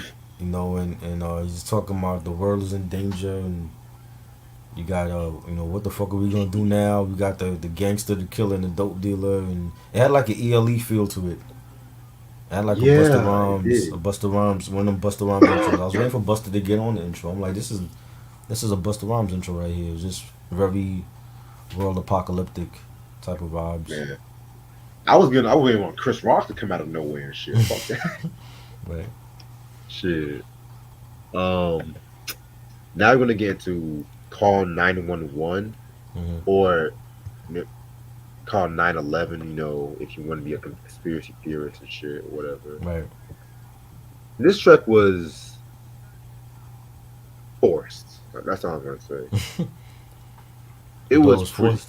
Yeah, I felt Okay. like already it was kind of forced and shit. But at the same time, it wasn't a bad track and whatnot. But I just felt like it could have been so much better. But hey, I thought it was a dope song. I like Ice Cube's flow on it. And he's saying, DJs, you ain't shit because you don't play shit unless it's that gay shit. I'm straight off the slave shit. My style is ancient. I'm rich and I'm famous. I'm armed and I'm dangerous. Came with that language, just mad as brainless. You studied at Cambridge. I'm fucking your main bitch. Love this flow on it. I thought the beat had like a G Funk type of beat to it. It was fire to me. Very fire indeed. All right, now we're gonna get to potential victims. This is probably my favorite track off this album and shit. Um, with this track, I feel like it had a vintage bow down with the 2003 feel to it. One of the Hmm. few tracks I can say. What I got from this track is like they're talking about conspiracies and they're talking about how the system is always known to hold the black man down and Yeah. shit like that, which is fucking true and stuff in my Hmm. opinion. Um, and you know how I like the only thing that I didn't really like was when cute flow when he's like from OJ to MJ to Michael Tyson, like how he just Hmm. goes Yeah. that weird kind of flow. I'm just like, okay, cute and shit like that. But I feel like, Mac 10 and Dub C, held their own on this track, you know what I'm saying? It's kind of interesting too, like how Dub C mentioned the whole Kobe incident that happened around that time with the sexual assault charges. Right. And, he always felt like they did that to like derail Kobe's career and shit too, you know what I'm saying? Um, but I know a lot of people have their cough cough, Gail King have their issues with that, but that's Right. another story for a different day. I still can't believe Kobe's gone. Though. I'm not gonna lie. Like, Yeah. damn. Really sad. I just saw a picture of him and his daughter. I was just like, God damn. Hmm. Whew, never forget that day. But anyway, very very fire joint. I love it. My favorite track off this album. Yeah, it was dope. I love Cube's flow. And he's saying, they fucked up Saddam like my nigga Gangsta mine. You don't have to be a Taliban to fill the baton. Throw up the W, victims of the red, black, and blue. I thought the beat was okay. Wasn't nothing spectacular. You said you didn't feel like it was nothing spectacular. Nah, it was alright. Uh, I feel you. Um, Now we're gonna get to Gangsta Nation featuring Nate Dogg. This is like the most popular song off this album because it was the only single off this album. Um, wasn't there a video to this track Yes. where Q Yeah, this video. like a little Jerry curl or whatever? This they showed this on Wonderson in the Park. Back when it came out. I thought so. I know it was a popular track at that time. Yeah. Hmm. Um, I'm not gonna lie. I actually found this song. I know it's a fan favorite, but I find this to be very decent. You know, Yeah. Nate Dogg, of course, did his thing. Of course, I'm never going to disrespect a Nate Dogg appearance, in my opinion, but Right. uh, it was decent. I feel like personally, I feel like I would have picked Potential Victims as a single. Or I would have picked something else as a single, but Hey, there's not really that much shit to choose from this album. So yeah, I think it was a banging track.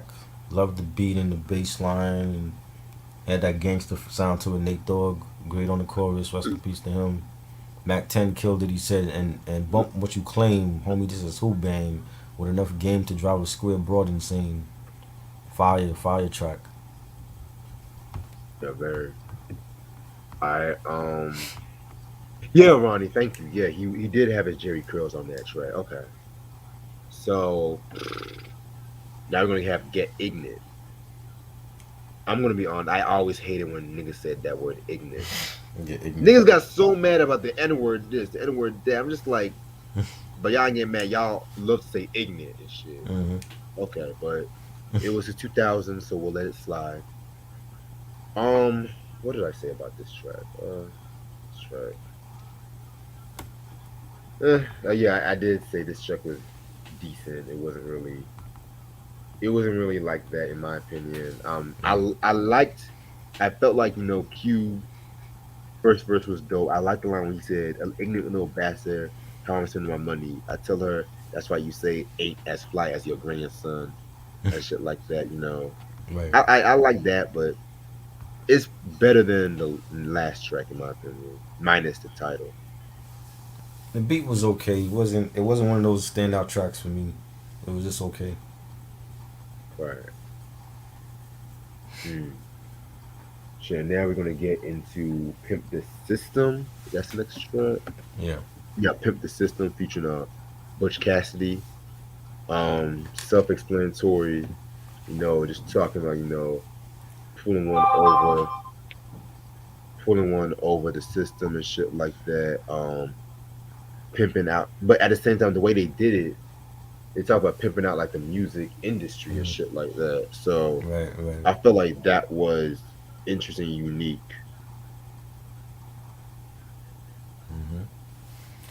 Yeah, it was cool. You know, you got it starts off with like a pimp talking shit to his prostitute on the phone and calling her bitch every 5 seconds, and the beat was okay. Again, nothing spectacular. Like the last three for me, like Get Ignorant and this one wasn't spectacular, and the next one I didn't care for. But I think after those, they got better. Shit, I'm sorry. I like I said yesterday was Coogie's birthday, and he's being a fucking asshole. I don't get out of pocket featuring K Mac. This one wasn't that bad. I actually fucked with this track a little bit. You know, Man, it had a little nice beat, a nice little groove to it. I fucked with it. yeah, yeah. The beat was cool for this. Shit. I think the tracks get better after these tracks. Oh wow, you're nicer than me. Oh I like wow. the album. I thought the album was is good. Mm. So Ism is the next track. Mm, Oh wow, Ism. This sounds more like a Snoop track okay. than a Westside. It has like that Long Beach cookout kind of feel to it and shit like that. Mm. That's alright. I thought it was dope, man. Like I love the beat and the chorus was dope, and you got a Dub C saying, "Now let's get this. Now let's get one thing straight. You fucking with a nigga that's liable to catch a case. I turn your birthday to your worst day, bitch. I have you in high on a high speed chase on the first day. Fire. I thought it was a fire beat, and definitely enjoyed it. Definitely. I hear what you're saying and shit. Track number 9, So Many Rappers in Love. This to me was Do You Like Criminals Part 2. Stuff like that. Just pretty much. Right.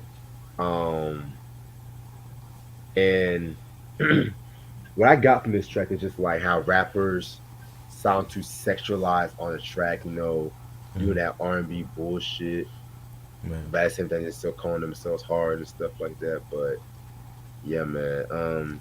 This track right here, definitely I love that beat to it.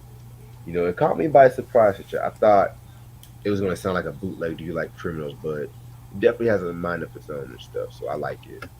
Definitely love the chorus. So many rappers in love on the radio. It's so many fake ass thugs on the radio. I Right. love that chorus, yo. Ice Cube was just killing that chorus. It almost sounded like he was poking fun at 50.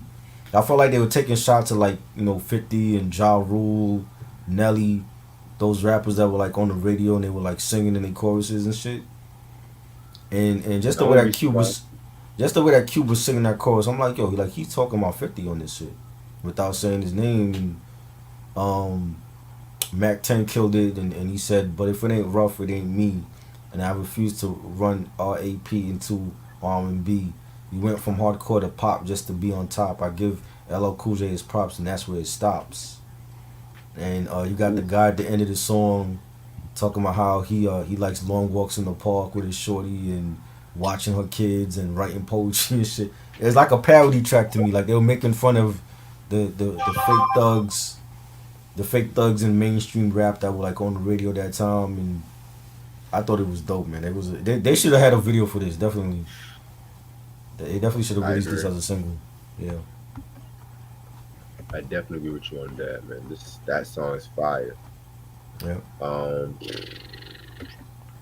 Now we're gonna get into Lights Out featuring Nocturnal. Definitely a banging track right here.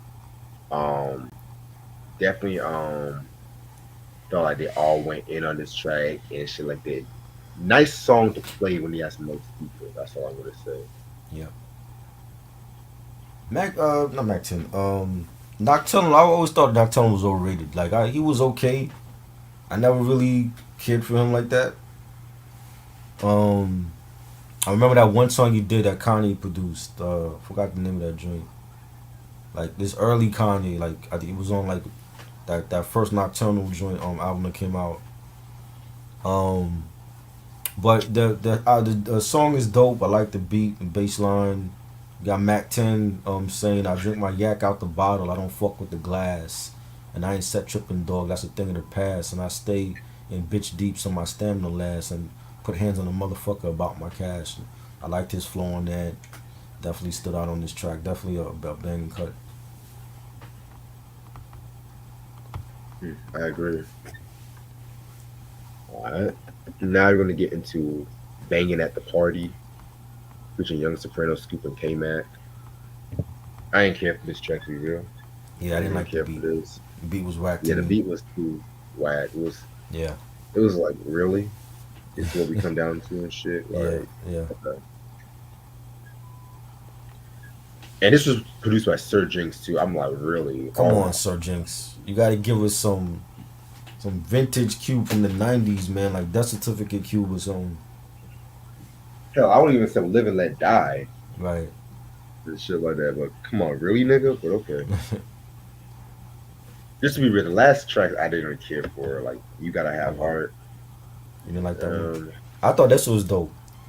When he talking about there's a message in this song. Like he's like, motherfuckers is complaining about having everything and they still complaining and they're not being grateful, and I thought it was a dope beat, and you got Cube saying it's like a jungle sometimes. You got to hustle sometimes. You got to use your mind, mouth, and your muscle sometimes. You got to grind. Stop looking at stop looking for a savior. Use what the fuck God gave you, a flavor. I loved his flow on that, and I thought it was a dope song. I hear you on that. Trust me, definitely. Um, terrorist threats. I, I take that back. This one was solid. This one was pretty solid because if Mm-hmm. this one had a message in it too. They were comparing gangster rap to how people are scared of terrorism at that time too, Like, and shit like that. And it's pretty interesting. It's an interesting comparison because it's like a bit. This is something you would expect to hear like from the Predator and right, some shit like that. You know what I'm saying? Just message wise. And I like that line where Q says, "Been the shit since '86 and even right now, and gotta brag to these bitches about my lifestyle. Don't right. mistake the West Side of Al Qaeda. This ain't super fly nigga. I'm a spitter Mm, and stuff like that." So fire. real ass shit he was saying. Yes. Um, love that track. Definitely a dope beat. Like the horns, I like the scratching. Cube, like you said, definitely had the dope verse.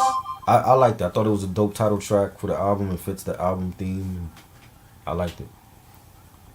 Yes. And the last track, Superstar, um, from I think it's called From Double Platinum to Platinum or some shit. Yes. Um, Double Murder. Superstar Double Double Murder Murder. equals dope. Yeah. Got you. This one was alright. It was alright. I like this joint too. I think that this is another. I think it's another shot at like the fake thugs on the video. It just seemed like he was taking shots at 50. Cause the shit, a lot of the shit Cube was saying in his lyrics. I'm like, when he says the most dangerous, angriest lyrics that a thug ain't enough, nigga. Where your mugshot? Where your drug spot? Nigga, use it was not. I can't bump this shit if you never was shot. Before you bust a verse, nigga, go snatch a purse. You ain't my dog till you laid up in a hearse. And you'll learn about loyalty when the record company try to fuck your family out of royalty. You number one with a bullet, and he took it in the back. Goddamn, that nigga can rap.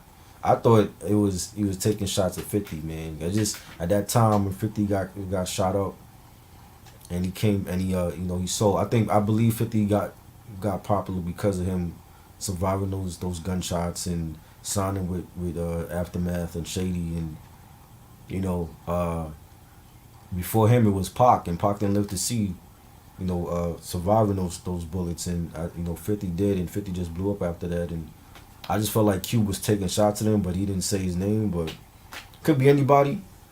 But I definitely think it was a great track, a great way to end the album off. I like the beat, and the person that's singing, it sounded like Macy Gray. Was that Macy Gray? I doubt it. No. It sounded like Macy Gray singing on the track, but it was dope. I definitely enjoyed this track. Okay. Yeah. Overall, me, a huge letdown from fucking Bow Down. But I don't think I will call this album a failure because how do I put this? I compare this to Bad Boys 2, this album.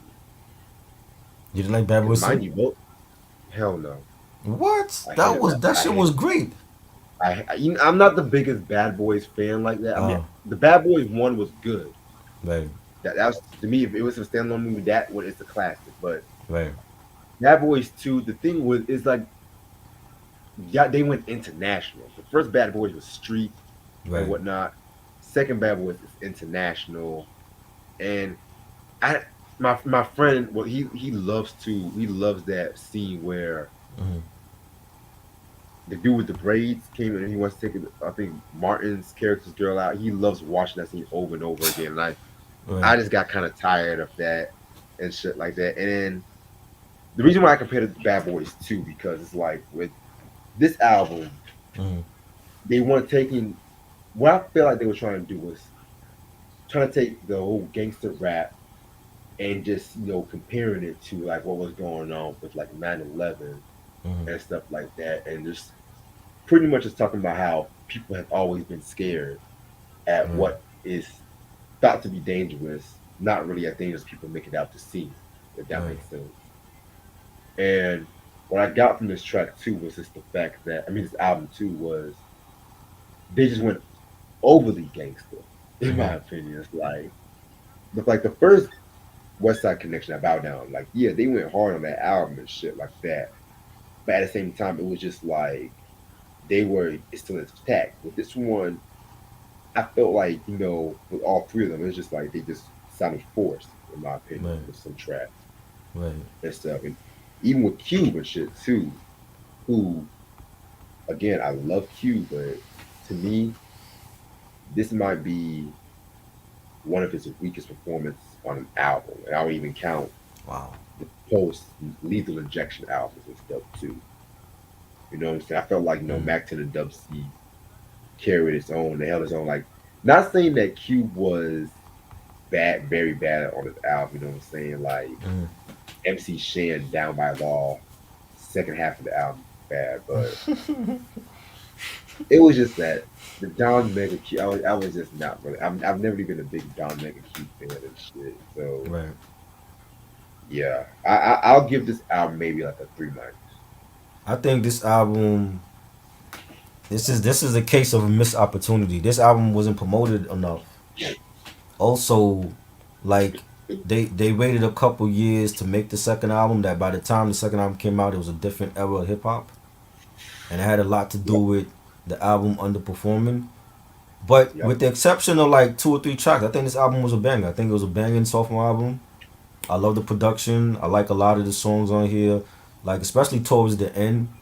When you got like songs like the last tracks, Superstar, Double Murder, equals Double Platinum, and the title track Terrorist Threat, Lights Out, So Many Rappers in Love. I love a lot of the tracks on here. I think they both were tight. All three of them on the album. I think the production was dope. The songs, they had a little bit more features on this one than the first one, but I think it's a solid album. I'm giving it a 4, Hmm. and I think it was good. I think both of their albums are solid, and they just came out. They waited too long to come out with this album though. They should have came out with it like maybe 97, 98. But I think it was a solid album, and the record label didn't, Capitol Records didn't promote it the way that they should have. Definitely interesting. All right. Well, I'm gonna get ready to end the video off right here because I do gotta go pick up my food and shit. But I do have a few announcements I gotta make. Me and Try just did the next episode of Inside the Zine, which I'm probably gonna drop that tomorrow. I All right, wanted to drop it today, but I've been so busy helping my mom out literally all afternoon right, right. and shit. So Um, this Sunday we're gonna talk about Rage Against the Machine's Yes. self-titled album. Oh. This is actually the 20th anniversary edition. Mm-hmm. So Right. yeah, man. This Tuesday is gonna be the album I really cannot wait to talk about. Fucking I-20, Okay. self-explanatory and shit. Really cannot wait to talk about this one. Right. And then also sometime next week. I'm not. What date did I say? I said next October 7th, next Thursday. Mm. I plan on doing a Black Flag breakdown that day too. Okay. Yes, sir. What about you? What you got planned?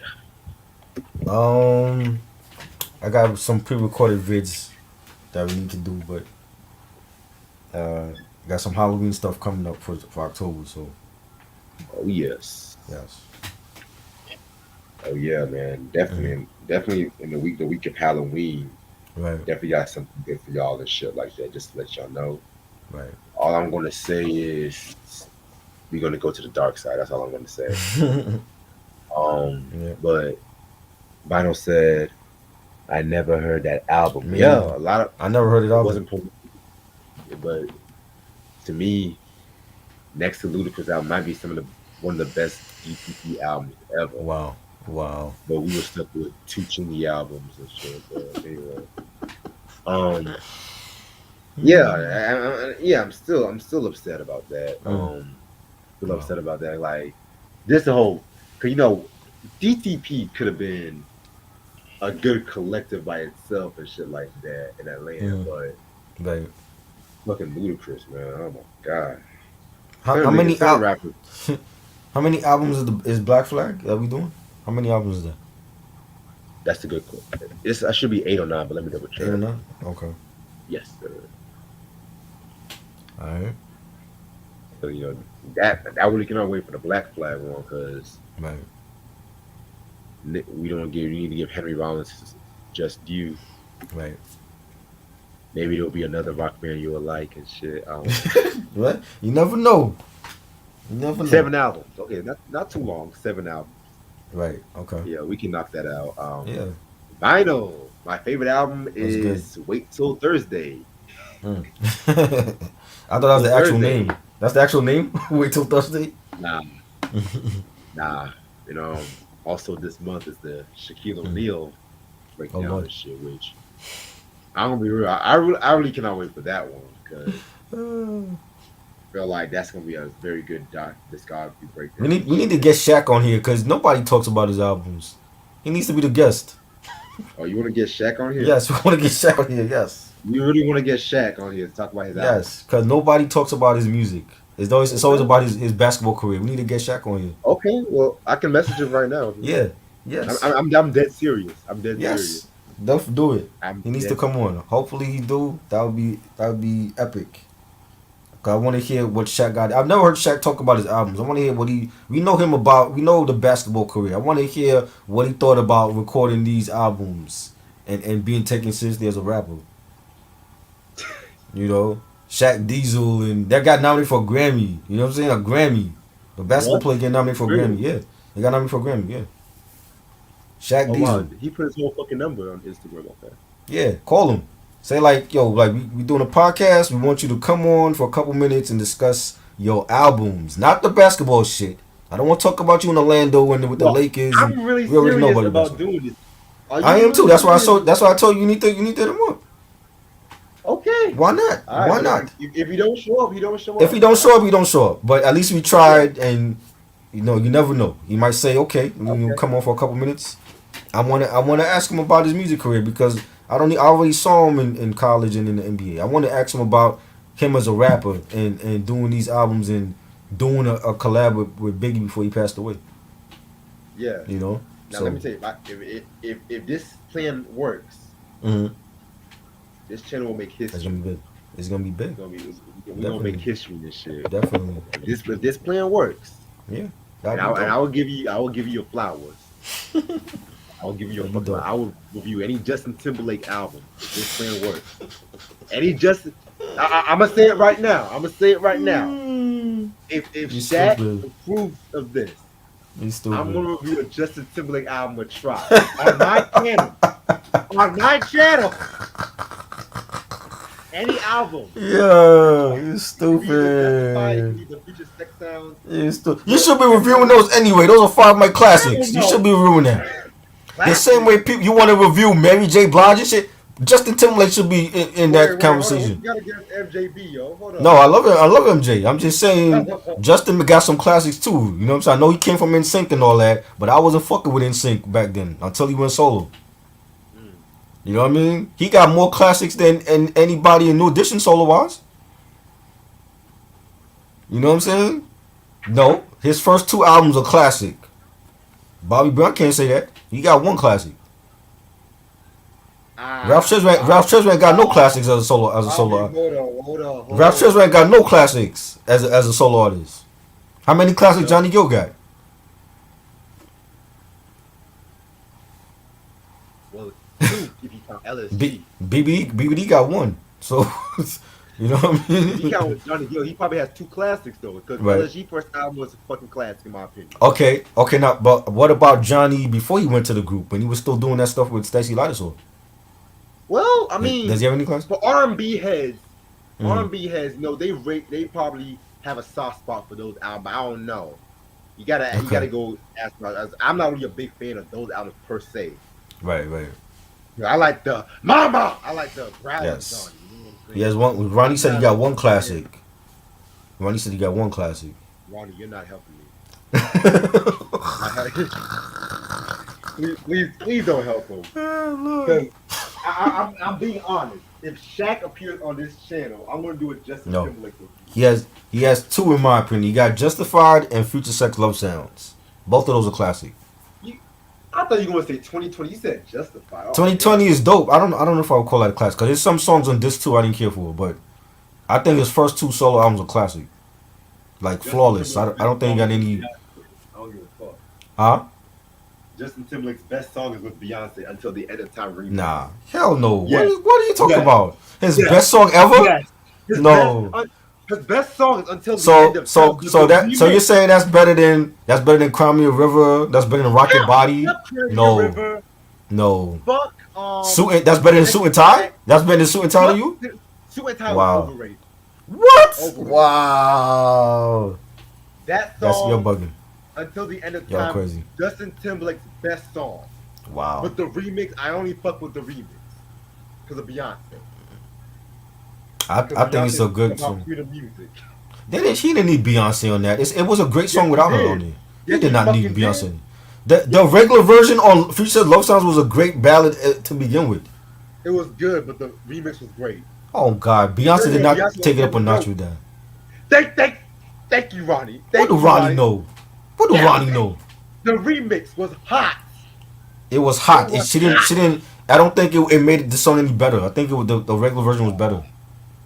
See, you're just a Timberlake fan. I respect that you're a Timberlake fan.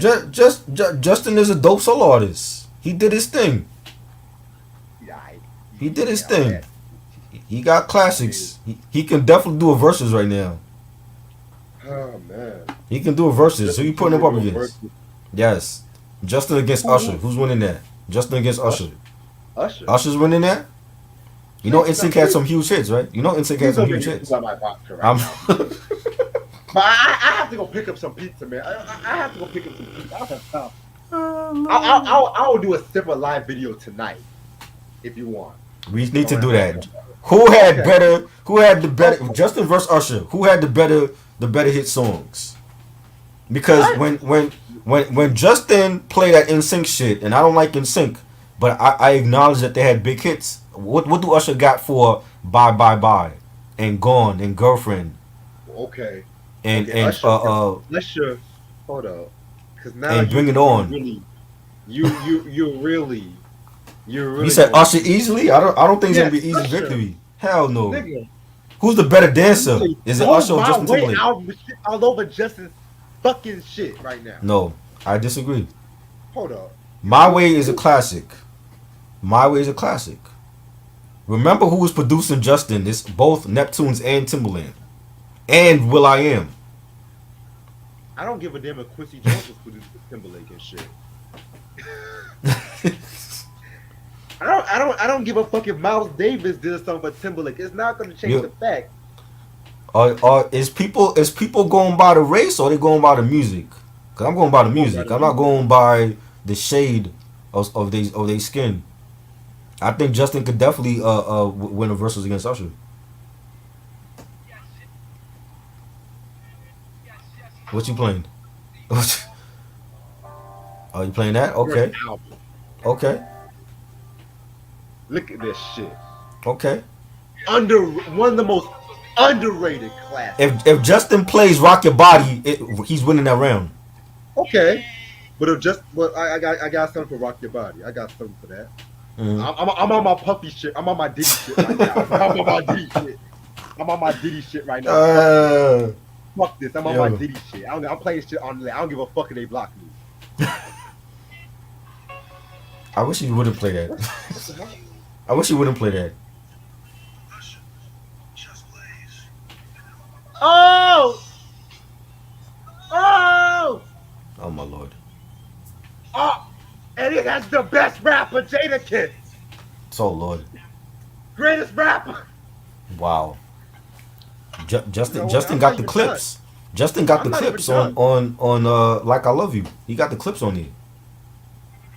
You know what I mean? Done. You're not done? Okay.